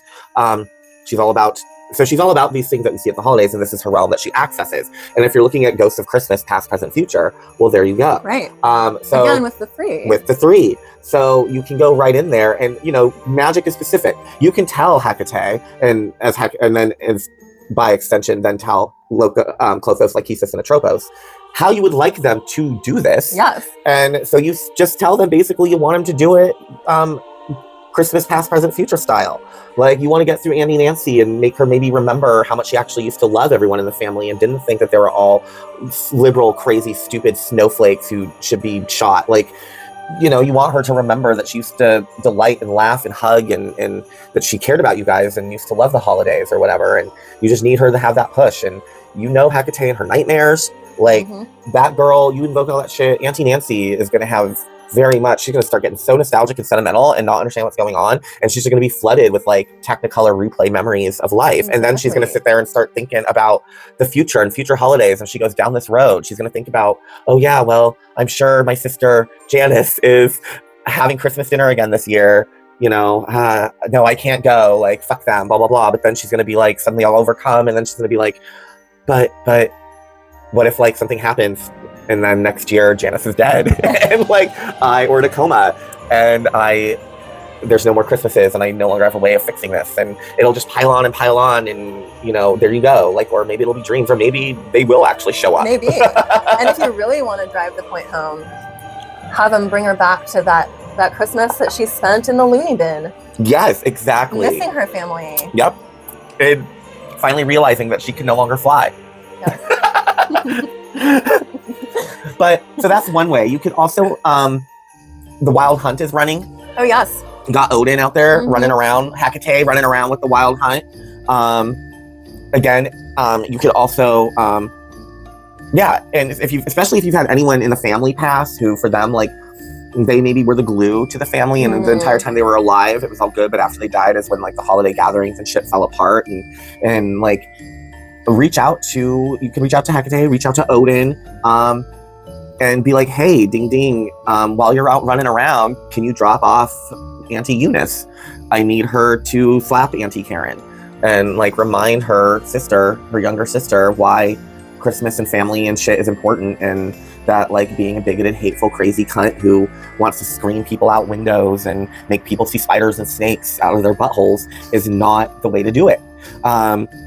It's just the image of it being in the butthole. I know. So it's more like, obviously, I feel like maybe you could invoke the ghost of Christmas past and see what shows up too. Like, you're tapping, or the ghost of, you'd want Christmas if the family member, for them it's all about Christmas and it's Christmas that was about it. Like you could, or you just be like the ghost of Yuletide past or something. You could always, if that exists, who knows? Maybe it does. Like, I kind of feel like holidays would have spirits of themselves that govern over them in this time. And so maybe that's something you could invoke and tap into. Yeah. But for sure, if you want to invoke HEKA-TEA, invoke Clothos like he says to Tropos, evoke her, especially if it's HEKA-TEA Moira, and then you'd follow that with HEKA-TEA Clothos, or you could say HEKA-TEA Moira and then follow that with Clothos like he says to Tropos. You can again invoke Odin for the Wild Hunt and just again ask him to drop her off and then pick her back up when it's over, like on their way back to town, like out of town, like. But you can totally do it. Yeah. It's just it may not be a Father Christmas guy sitting in the living room on a giant bounty of things. But yeah, you can technically, you can do it. And magic loves specifics. And and that's the whole point of being a witch, is being like, I want them to have a nightmare about this, or I want them to start being eaten up by the thought of this. Like, this is what we do. We petition and ask them to dole out things the way we would like them to be doled out. And, they like to take requests. Like, don't ever forget that. The deities do like to take requests. Oh, they do. They like creativity. Like, it makes it easier on them if you're invoking their help and you know exactly what you want. You know exactly how you want it done. You know exactly, like, blah, blah, blah. You ask the right way. They really, really fucking like that, versus when we're like, I leave it up to you in your hands. Right. Most deities actually don't like their devotees to be like that. Right. They don't really like that. They do like I'm asking for this and I would like it like this. If you could do it like this, that would be really great. Scare Auntie Nancy, break her heart, make her sad, make her forgiven, make her fucking redemptive, fucking make her remember family as much as possible, fucking make her remember why we all used to love each other and why she needs to get out of the trailer park, stop voting for Trump. And not to say that there's Trumpers in trailer parks or to say there's something about her. It's just in the craft, Nancy was living in a trailer park. Granted, they moved into the condo, the apartment, but that was only through witchcraft. Right, exactly. So the mom probably lost all of that, had to go back to the trailer. Like, so that's why I'm not trying to paint a picture and be like, well, of course she'd be in a trailer park. It's because that's where she was in the movie. And realistically, that's where it all went back to Minot and Sarah pulled out Exactly. from the tag team. But yeah, so that's how you theoretically would do it. So there you go, a little Yuletide inspirational spellcraft for the Scrooge in your life. All right, so lastly, we have finally come to Witchy Media Review. FX's A Christmas Carol in 2019. Starring Guy Pearce as Ebenezer Scrooge. Probably the most rugged, sexiest Ebenezer Scrooge to exist. Like, everybody was young and hot, or youngish and hot-ish. Early 40s, or late 40s, early 50s, however old Guy Pearce is. Right. Looking Ebenezer Scrooge. Exactly. Who, is kind of detestable and grindy to look at, but like, he's still easy on the eyes. Yeah, and he's not 88 exactly. and wrinkly like he actually is, like in the book when he's actually an old man. Right. Which makes this version kind of even more funny to me, because you see all of the different lifetimes that Ebenezer has lived over the course of the story. Yes. And it just seems to me like this guy is too young to have had all of those things happen. Oh yeah, no, it's totally like from the age they were when him and Marley get together and start their business partnership. Right. They were already like it seems like it's only literally was like a year or two before Marley dies. I think so Marley had died like 7 years prior. Yes. But in the book they were together for a long time. Yeah. Two old bitty queens. Yes. But greedy bitty queens. Right. But two old bitty queens nonetheless. But in this, it was like they literally only started working together 2 or 3 years prior to his death. Yes, exactly. And now it's been 7 years since he died. Yes. But when he died, they'd only met and started their business partnership together 3 years before. Yes. Maybe 5. Yeah. Like, it was very like how you haven't even, you're still in phase 2 of the back in Christmas Past part. Exactly. Like, you haven't even gotten to that yet. Like, It was just like, you were still in it. It was weird. It was like, they pieced out earlier, so I don't know. No. It was like, there was a lot of correctness in terms, I would say, like in terms of like London for that time. Yeah. That was very much more accurate to how it really would have looked. Yeah, for sure. There were times where when they showed long shots or above aerials, I felt like you could smell it. Mm-hmm. And I do mean the horse shit in the streets because they made sure it was there. And what I actually did like was that the clothes changed according to the neighborhood. Yes, which is exactly how it was. Mm-hmm. Yeah. And it's subtle changes, but when you're really familiar with a time period like we are, because we're that's one of our favorite eras and we're nerds. Yes. It's definitely something that you notice the absence of if it's not gotten correct. Exactly. And so it's just something I appreciate when it is. Yes. The only thing where it was like the rag and bone man. Oh, he was like literally dressed like he was performing at Cirque du Freak. Like it was very he even had a guy liner on. Like it was just not accurate. You're like, this guy would not even be able to afford what he's wearing in terms of the fabrics. Exactly. Like it was in the silks and satins, but other than that, it was pretty accurate. You could feel the cold. Mm-hmm. Definitely could feel the cold of everything. I would say of all the adaptations of A Christmas Carol I have seen, and that is countless because I'm obsessed with A Christmas Carol and have in my entire fucking life, this is the one that I actually could feel the cold. Yes. Really feel the cold. Like, even my favorite one with Alistair Sim, and you got Bob Cratchit with his candle and his like fingerless gloves being all. No, even that doesn't compare. Like nothing has translated in any adaptation I've seen where it's like it felt fucking cold and you were like, oh my god, put more coal on the fire. Why are you only picking 3? What the fuck is wrong with you? Why are like what the fuck? Like, ooh, yeah, it was. Yeah, you could feel it. Now I will say in my favorite Christmas Carol adaptation from the 80s, the one with the zombie. Yes.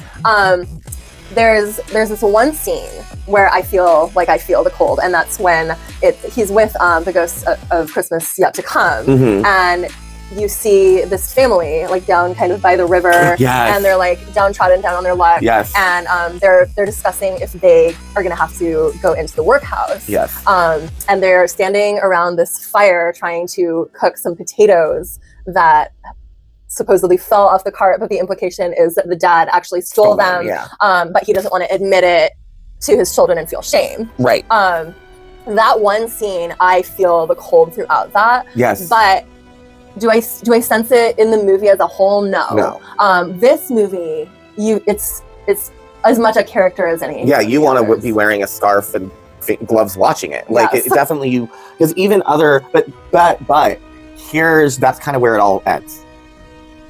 It's kind of where it all ends. Yeah.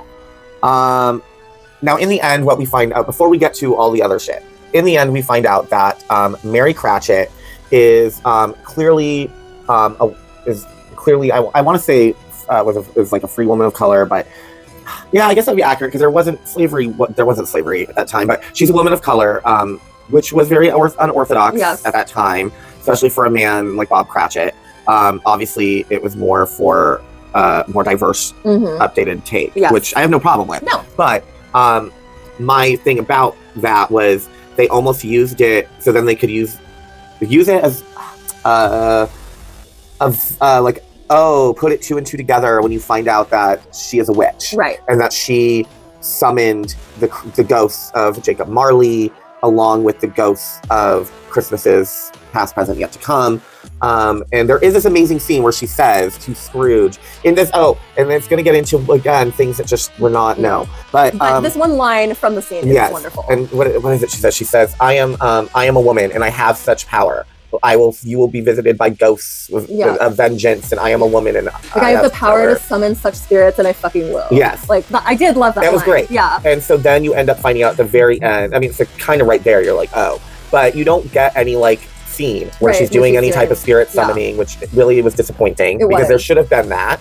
But also, probably because they couldn't decide what kind of witchcraft to do, because they probably were like, well, if we show her doing voodoo or whatever, hoodoo, then we look like racist. You know what I mean? They probably so they were like, we're just not going to show it. Yeah. But then at the end, it confirms that she did it, and then she's like, thank you, spirits. There's much work to do, work to be done. And then she looks at the camera and smirks, and then it ends.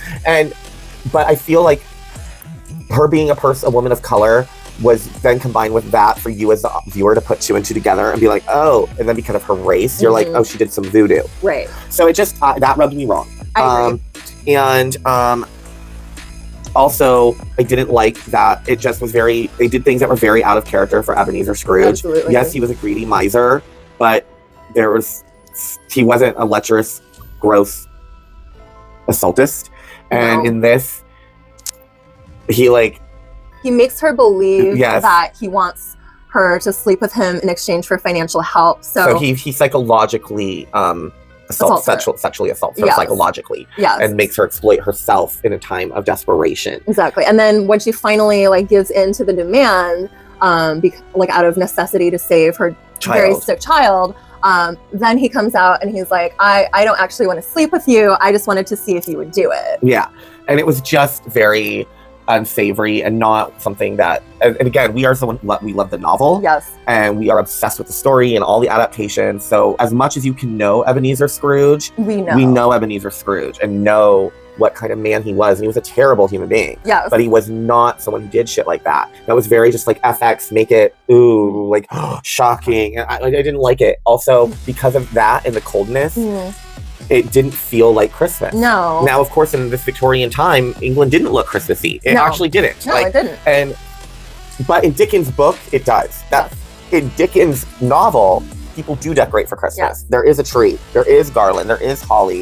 There is the toys. There is all of that, which was just starting to become something. Yes.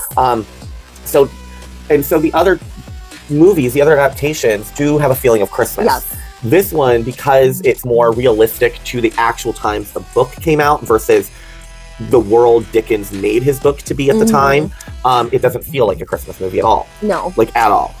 There's nothing holiday, Christmas, Yuletide about it. No. It just doesn't have the magic of A Christmas Carol.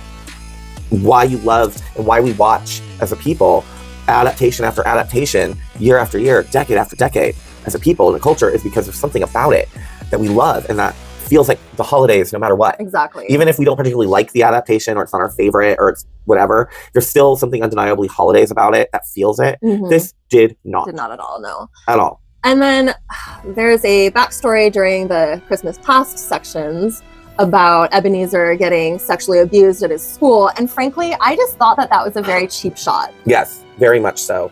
And it was to stir up the audience's disgust, and also like, oh my God, of course he was preyed upon by a sodomite. Because you're not, yes, you are going to have people who would distinguish and be like, gay people are not pedophiles and pedophiles are not gays, vice versa. Right. Like, but for the most part, they know that a lot of people are going to watch it and be like, oh my God, like they're going to associate homosexuality. And it was just gross. It was also just kind of like lazy. Yeah, I think a lazy way to explain it. Well, he has trauma. Why does he have trauma? Because what happened in the book to him and his trauma that he went through and being left by their father, blah, blah, blah, wasn't a good enough trauma for FX. So they had to make They have to make it lascivious. They had to Ryan Murphy it. Yes. So very gratuitous. Yeah. Oh, and then the sister showing up and like pulling a gun on the teacher who's assaulting him. It's just very over the top. Oh, and then she explains that the father has left the family. Yes. But then it's like, okay, well then how are you paying for your lives? Like there was not a discussion of that. Whereas like in Victorian society at that time, that would have been the paramount discussion. Yes, yes. And then the whole thing takes place over the course of like 3 nights. Yes, rather than one. Yeah, it starts on Christmas Eve when he's visited by Jacob Marley, and then when the clock strikes midnight, he's visited by the ghost of Christmas past. And then it's the next night that he's visited by present, and then the next that he's visited by yet to come.